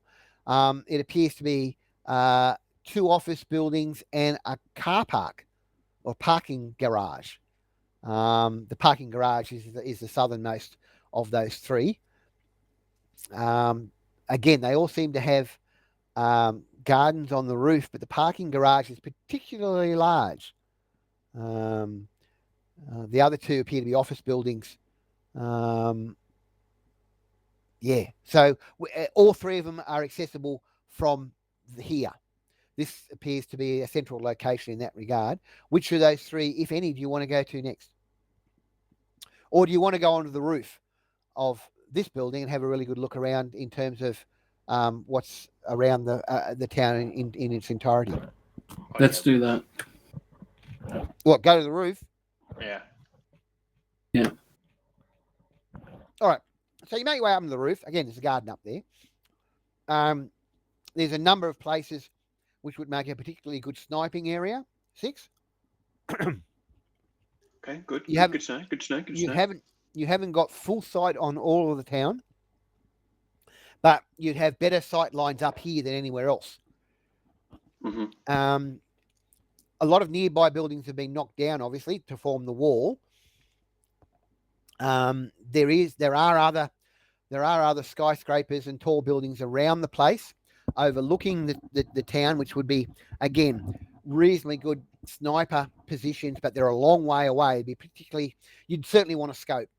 The immediate area around the wall's been cleared of buildings, although you think you can see a lot of buildings just below the waterline, which would certainly stuff boats coming in, large boats coming in.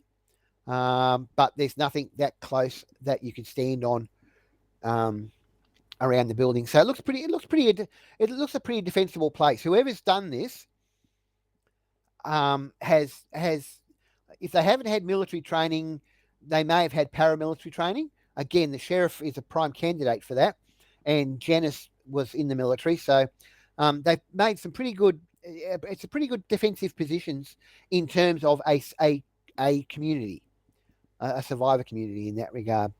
Although a good sniper in some of the far skyscrapers could wreak havoc if that was the case. If you were to attack this settlement, you would certainly set yourself up in one of those buildings, as high as you could get to get some sniping going on.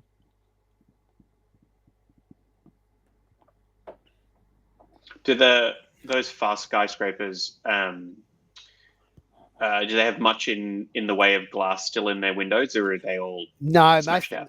Well, it's not smashed out; have been blown out. There's a few still have glass windows. A lot of them were modernish buildings, had glass facades, and those facades were shattered in the earthquake or subsidence or the war or time, and just don't forget it's 70. It's 2095. So it's been over 20 years since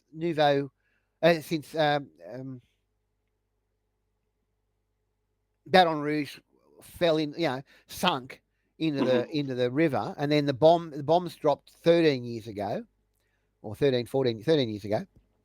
So, yeah, 20 plus years, 25 years abandoned buildings. They don't, I mean, most things don't last very long in good shape without regular maintenance, and these have not had regular maintenance. So, but there is still some glass in the windows and that, yeah. No, it was They mostly give- that if they had been, it would be rarer that somebody would try to snipe out of them. But fair enough. Yeah. Given the level of technology that we think the pirates have, I wouldn't be terribly concerned about snipers on No, faraway buildings. Totally no, fair. that's completely correct in that regard. If your assumption is correct, but as I said, as a military person, and particularly as a sniper, which is what 6 claims to be, she certainly got the rifle for it. It's the type of thing that she would note. Max, on the other hand, notes some of the more closer in, like fields of fire and things like that, because that's Max's particular military outlook. Doc looks at things from an engineering science point of view. If you wanted to go being an acrobat amongst the buildings and that, I mean, that's probably where your mind goes, Jesse. And so on and so on. So I was just not focusing on that, but I was just on that part of it because that's where my mind was talking about fire lanes, because you wanted to see about the military aspects of the area. In the most broadest of terms, this is the high ground. Oh, definitely. Definitely for the town.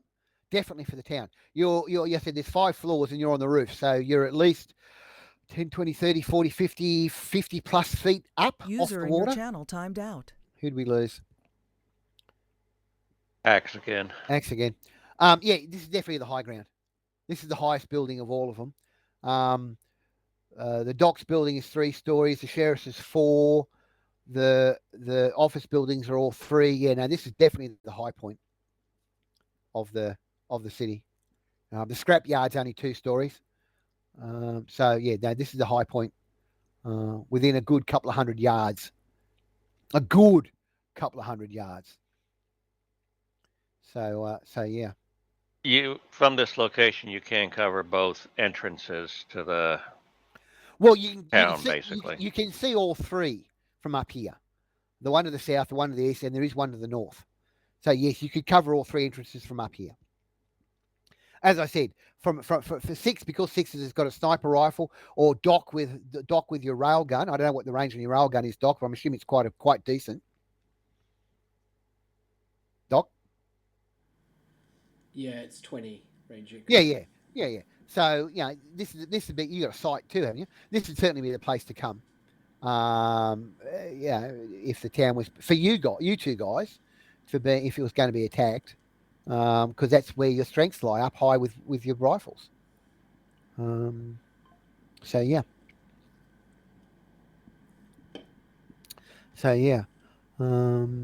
Does anyone want to? Are you happy to see what you see what you want to see up here, or and do you want to check out the other 3 buildings, or what? Yeah, check out the other 3. All right. So what do you want to go to? The northernmost office building, the western office building, or the southwestern parking structure? The parking garage is the odd one out, so maybe that. All right. Well, the only way to parking garage is from an entrance User entered your channel. Entrance from the 2nd floor, which is the hospital floor. There's also a second entrance to the hospital floor from the sheriff's office as well. Okay. In fact, most of the buildings there's 2 on the auditorium level, shall we say, and 2 on the 3 on the So anyway, you'll see when you see the map. Well, the isomorphic map. So if you head down to the hospital level and then across it, this bridge is possibly the longest one you'll cross. It's a good 50 or 60 feet or yards or more, at least across. It's a long bridge over to the parking garage. Which direction was this from the Southwest. big building? Thank you. Southwest. Yeah, it's an old parking building. There, when you get over there, only the top level is above waterline. There's about a foot of water across the ground, across the ground floor, the water floor, water level. When you get up, there's a rickety set of wooden stairs leading up from the dock to the top level. The top level itself, its entire top level. I mean, imagine a paid parking garage, a Wilson's parking garage in Australia or whatever the brand is overseas. The entire top level it appears to be covered in soil. It's the biggest garden. It's not even a garden. It's more accurately a farm. It's huge. There's a dozen people here working the crops, corn, beans, potatoes. There's some sort of siphon system being set up for irrigation. In the southwestern corner of this top level, there's a small wooden shack. You can hear chickens. You can hear the clucking of chickens. Sorry, I don't know if I personally know the significance of that. This is a rarity at the moment? Are chickens like? Well, you don't. When was the last time you saw a chicken in a swamp? I can't say I've been to the swamp too often. So, but okay. So they've done something to get chickens, or it's rare that it's here. Well, yeah. I mean, that building seems to be a chicken coop. I mean, if they've got chickens, it means they've got eggs, hopefully. Eggs, feathers, and meat. Well, they're probably rare enough not to eat the meat unless unless one dies naturally. When they stop laying. When they stop. Well, maybe not. Who knows? But certainly eggs and feathers, cast-off feathers, things like that. So yeah, how many chickens there are, you don't know from where you are. So yeah, a few people look up at you and quizzically, like, who are you type things. But they're all this appears to be it's the largest garden. It's probably better off to call it actual farm in the community. This is where most of the foodstuffs will be coming from, that which isn't caught in terms of fish or hunted in terms of meat for those who go on land. So yeah. So what do you want to do, guys? Is there anybody here worth talking to? Again, just like interesting people. Maybe no one who stands out. No one who stands out. Just so I know, sorry for the disconnect, but did we go to the other two buildings, or was this the first one we chose? No, this is the first one. This was the first one. So, sorry, go on. Given that this is a car parking structure, I know the rest is underwater, but does there appear to be submerged vehicles from what we can see? No, not well. There's certainly none on the water level. It's completely empty. Whether that's why that is, who knows? If there's anything further down, do you want to go diving? No, not right now. It'd be the case of whether or not we could spot something. No, you can't see anything. No. You would think if there were vehicles down there, they would have scavenged them already. Possibly. Yeah, it would be. It was more the case of like, okay, well, at least they're fairly certain that they've got some vehicle parts. No, we know that already. They've said as much.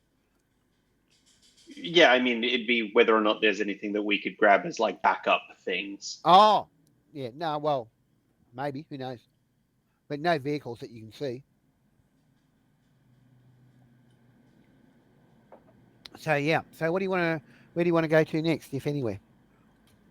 They got those the pirates have those flat bottom boats, prop boats. Mm-hmm. would they be able to basically hit the entrance ramp on the water and get in, or is that actually blocked off? No, they could probably do it. For that matter, they could. They don't even have to do that. They just have to come alongside the dock and come up the stairs. Okay. But that assumes that they get inside the perimeter. Right. Right.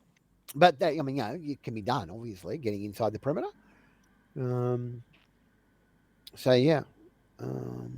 Now listen, there is only one rope bridge to the parking structure. Okay. So you're gonna have to go back across the bridge to the to the hospital level of the central building, and then back out.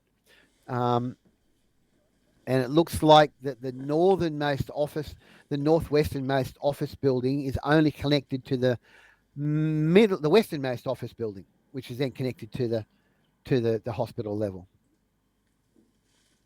Actually, no, it's not connected to the cinema level. That one, I think you'll find. Anyway, doesn't matter. So where you headed, people? Up to the hospital and then out to the other building, Okay. I reckon. All right.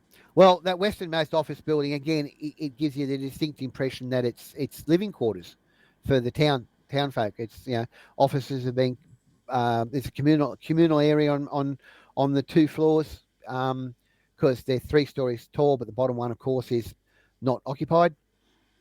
Accessible, just not occupied. And there's a rooftop garden. Pretty much what you've seen already. There seems to be a larger number of office suites in this building. Probably most of the families live, or at least half the families would live on this building. The previous living quarters building had some families in it and had some, for want of a better term, single accommodations in air quotes. And if you are heading straight across to the northwesternmost office building, it appears pretty much the same as this one. Okay. I see. So that's pretty much Red Stick or Nouveau Baton Rouge. Most of the people seem to be everyday Joes and Josies, whatever. Josephines. Josephines, thank you. It looks like you've met most of the leading lights of the town. That would be the sheriff, Mr. Tinsdale, and certainly Janice, the medic, the doc. Sadie. Some of the Bartender's very important. Oh, and yes, and Sadie. Can't forget Sadie. Most of the obviously people are at work. It's a work day.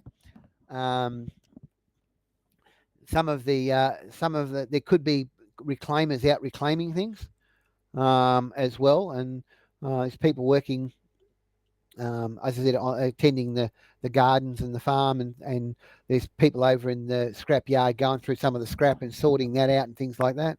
But it seems to be a pretty viable survivor community, if a little light on armament. But they've got some pretty good natural defences in terms of, being out on the water and also being in an area where you're not near deep water.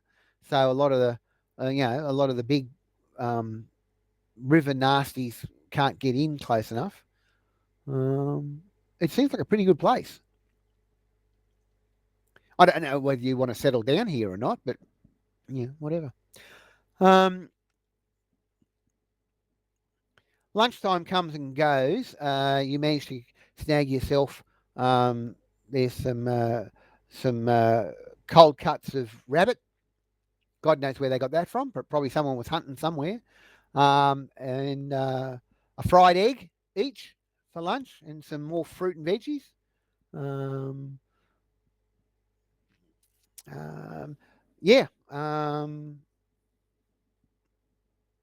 don't know what else to tell you guys. What else do you want to know? Do you want anyone you want to re-talk to, or anywhere you want to re-go, or check something else out that's come up that you haven't checked out yet? I mean, do any of us know how to drive boats? Like, are we basically stuck here until was it Well, no, you're Jake? not. Jack? You're What not. is it? You're not stuck here. I mean, Are we if somebody, swimming otherwise?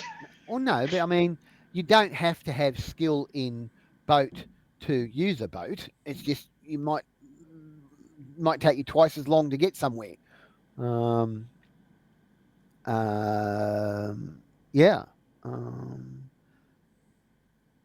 So, but as I said, it's not a bad place to hole up for a couple of days, as far as that's concerned. Yeah, cool. Okay.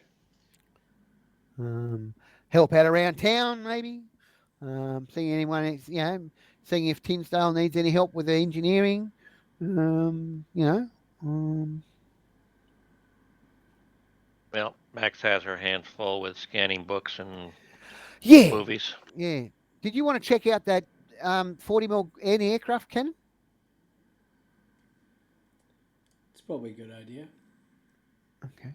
Well, you find it on the on the second floor of the scrapyard. Oh, by the way, you take the opportunity to just check out what's downstairs at the river level. Sorry.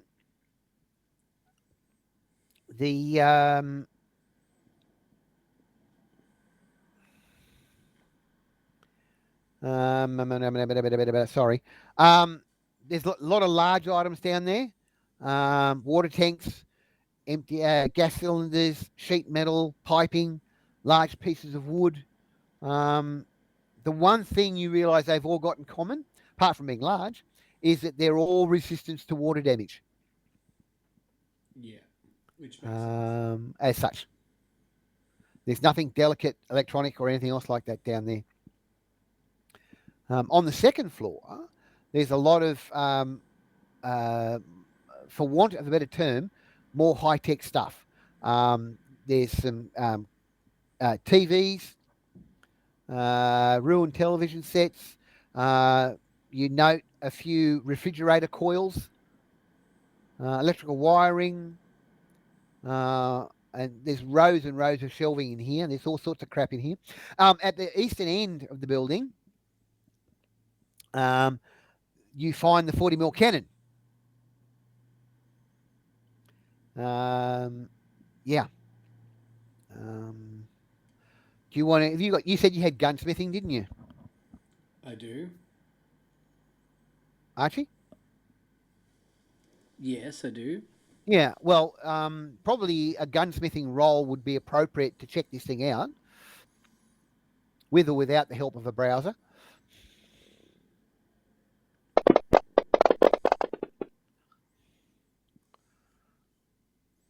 Okay. Look, it appears to be in pretty good. It's old. It's over 100 years old. It appears to be in relatively good nick, considering it hasn't been maintained for a long while. But the barrels have been plugged with concrete or something, which, when you think about it, is what they usually do for display pieces. How you're going to clear that, if you can clear that, that's a whole nother issue.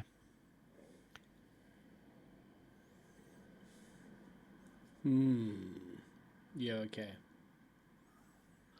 So,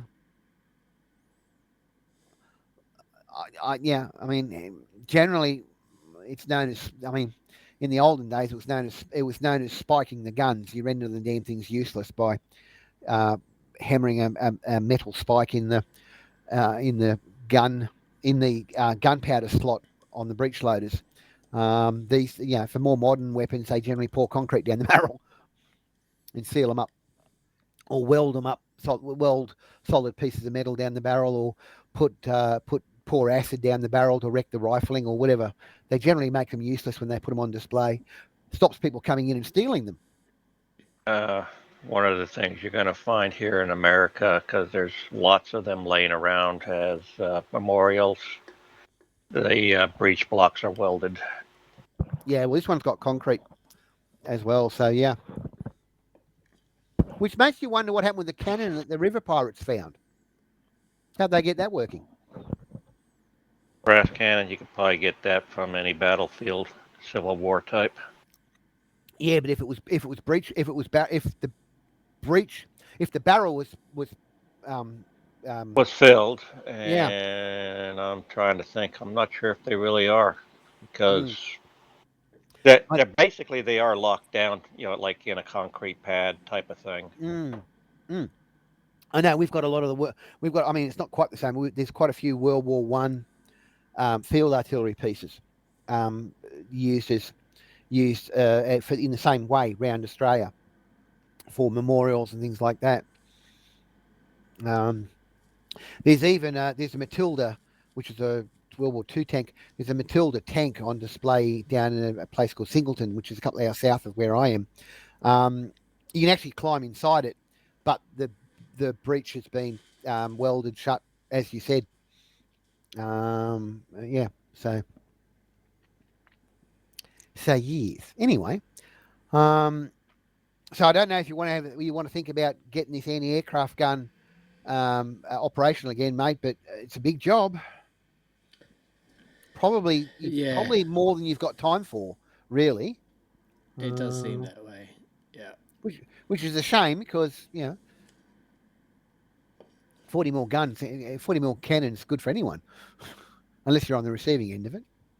So yeah. Is there anything else anyone wanted to check out or anything, or talk to somebody else again, or? At some point, Six would love to get a little bit of time with the doctor, just to kind of observe and but this is really only so that later I can justify putting more points. Yeah, fair enough. Well, she certainly accepts the help if you're willing to help out just around the place. Yeah, 100%.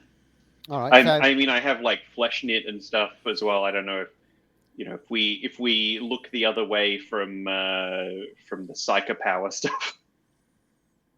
Yeah, well, I mean, I don't know if you're telling her about those powers, but I mean, who knows what's going to happen and whether they're going to come in useful and all the rest of it. So, see how it happens.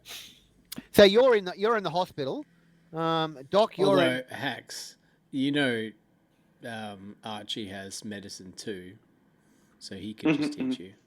I mean, that's true. Yeah. I think between Doc and I think Jesse said he has like surgery 3 or something like that. So I think I'm good for at least the next couple of levels to have at least get from posse members. But just trying to also add some additional things. All right. So you're in the hospital, yeah? Yeah. The main if there's building. Nothing to do other than wander about town talking to people, I want to work on a Templar reward. Basically I need to meditate for a day and then spend some bounty points. So if this is a reasonable time to do that, I'm going to do that. All right. Well, that means you'd probably be back on the 4th floor of the sheriff's office then meditating. Is that right? Yep. Cool. And Doc's checking out the anti-aircraft gun on the 2nd level of the scrapyard. Six is on the 2nd level with the hospital. Where's Max? You're scanning books, I'm assuming in Tinsdale's workshop. Yes. Yeah. Where about you? Where are you, Jet? Where are you, Taylor? You're the only one unaccounted for at the moment. Yeah, the only thing that interested me is not really what I can do by myself. The Tinsdale mentioned I'm missing a couple of people that haven't come back yet. That might need someone to search for them. Yeah, I mean it's possible, but I mean I don't know how you're going to do it at the moment. No, not by myself. That's for sure. Yeah, well, especially by yourself. So, would you? I mean, where do you think you would be? Are you helping out? Are you with the doc, having a look at things? Are you with Six in the hospital, or you're off on yourself doing something, helping out on the farms? I mean, helping out on the gardens, I should say. Or probably, probably making myself useful. And well, where do you think you would? Where do you think you would be? Oh, let's just say helping out in the Right, gardens. which one? The The big farm. one. Helping out on the farm. Okay, cool. That's all right. All right. Okay. All right. So look, everyone's busy helping themselves or helping out the others and making yourselves useful members of the community as such. Um, hang on a sec.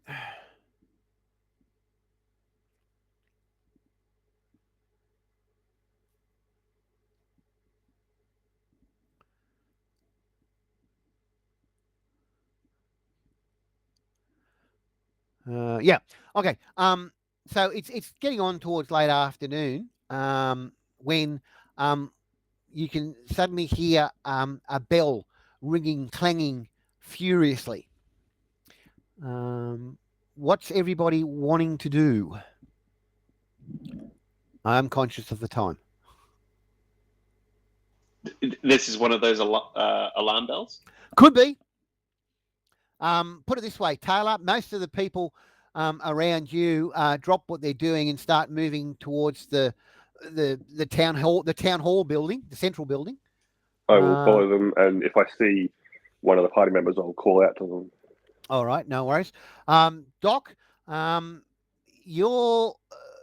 It's the Doc. The alarm seems to be coming from the eastern gate, which is the one closest to you. That's the one that you came through last night. I'd probably go to the highest point from where I am, so probably the top roof, of the top of the roof. Cool. Yep. 6, you're in the hospital. Yeah, I'm going to the roof. You're going to the roof. Okay, Jesse, you're in the top floor of the I will sheriff's go office. onto the roof. I think you said there were ladders. Yeah, you get up to the roof, no problem. And Max, you're you're in Tinsdale's office, second story. What are you going to what are you going to do? Because the whole town erupts like a beehive. Right. Where is the lowest point in the building that would cover that area? I'd like to. The lowest point. That would be that would be the ground floor. Hang on. Let me just. That would be the ground floor. That would be the ground floor, even out on the docks of the workshop. Won't be out on the docks. I'll be where I can cover the docks in case something comes in. Cool. You're going to be near one of the windows? Yeah. All right. Well, the closest windows on the southern side of the building, because you're actually quite close to the gate the gate where you are. You're actually closer than Doc Archie is. So yeah, estimated range. Oh, just moved away from what you said. It from the estimated range. Oh, look, maybe 20, 30 yards, probably. Okay. Yeah, 20 yards or so. You're definitely the closest. I'll just consider it 21 to 30 as far as range was for the shotgun. So. Oh, at this stage, yeah, depending on what you want to do exactly and how you want to do it. As I said, I'll send everybody the isometric map in a moment after the session's over. I expect to be in close if they actually get past everybody else up top. Yeah. Let me just finish this description just to make sure we're on the same page. So yeah, the town erupts into a beehive of activity. For those who can see it, most of the kids seem to be heading towards the center of town and the hospital town hall area. Some of the kids are rather frightened. Some of the parents carrying kids are rather frightened. A lot of the other people are arming themselves with baseball bats and lumps of wood with 9-inch nails in them and things like that. No one's heading up to the roof with you, 6. That's cool. A lot of them seem to be heading down. A lot of people seem to be heading down to various docks in the buildings, or heading across the various bridges towards the eastern inverted commas gate, eastern gap. Okay. So that's where we'll leave it on a bit of a cliffhanger, if that's all right, because we have gone time. We'll pick it up in 2 weeks' time. Is everyone okay with that? Mm-hmm. Yep. Yeah, sounds All right. good. Yeah. All right. Sort Thanks for watching. Yeah, I know you're not going to hear. I know it's a pain. Sorry about that, mate. You have to watch the video. Yeah, real quick, who's ever gonna run me? I have plenty of grenades in my pocket and plenty of shotgun shells too. There's your answer, people. Grenades and shotgun shells and whatever abilities that like pen's mightier than the sword or whatever it was you used last week. Yep. They got into a fight. All right, so that's where we're going to leave it, people. Thanks for watching, everyone. Thanks for playing, people. We'll see everybody in 2 weeks' time. Until then, everyone have a great time. You want to get those credits rolling? Thanks, Ben. That would be great. Well, that's it for this session. We hope you enjoyed the game as much as we did. We'd like to thank Spikeworks, Sirenscape and Twitch, and of course all of the fantastic people involved with the Deadlands and Deadlands Hell on Earth RPG over the years. I'm Dulux Oz, and on behalf of the entire gaming group we'd like to say thanks for watching. We'll see you all next time.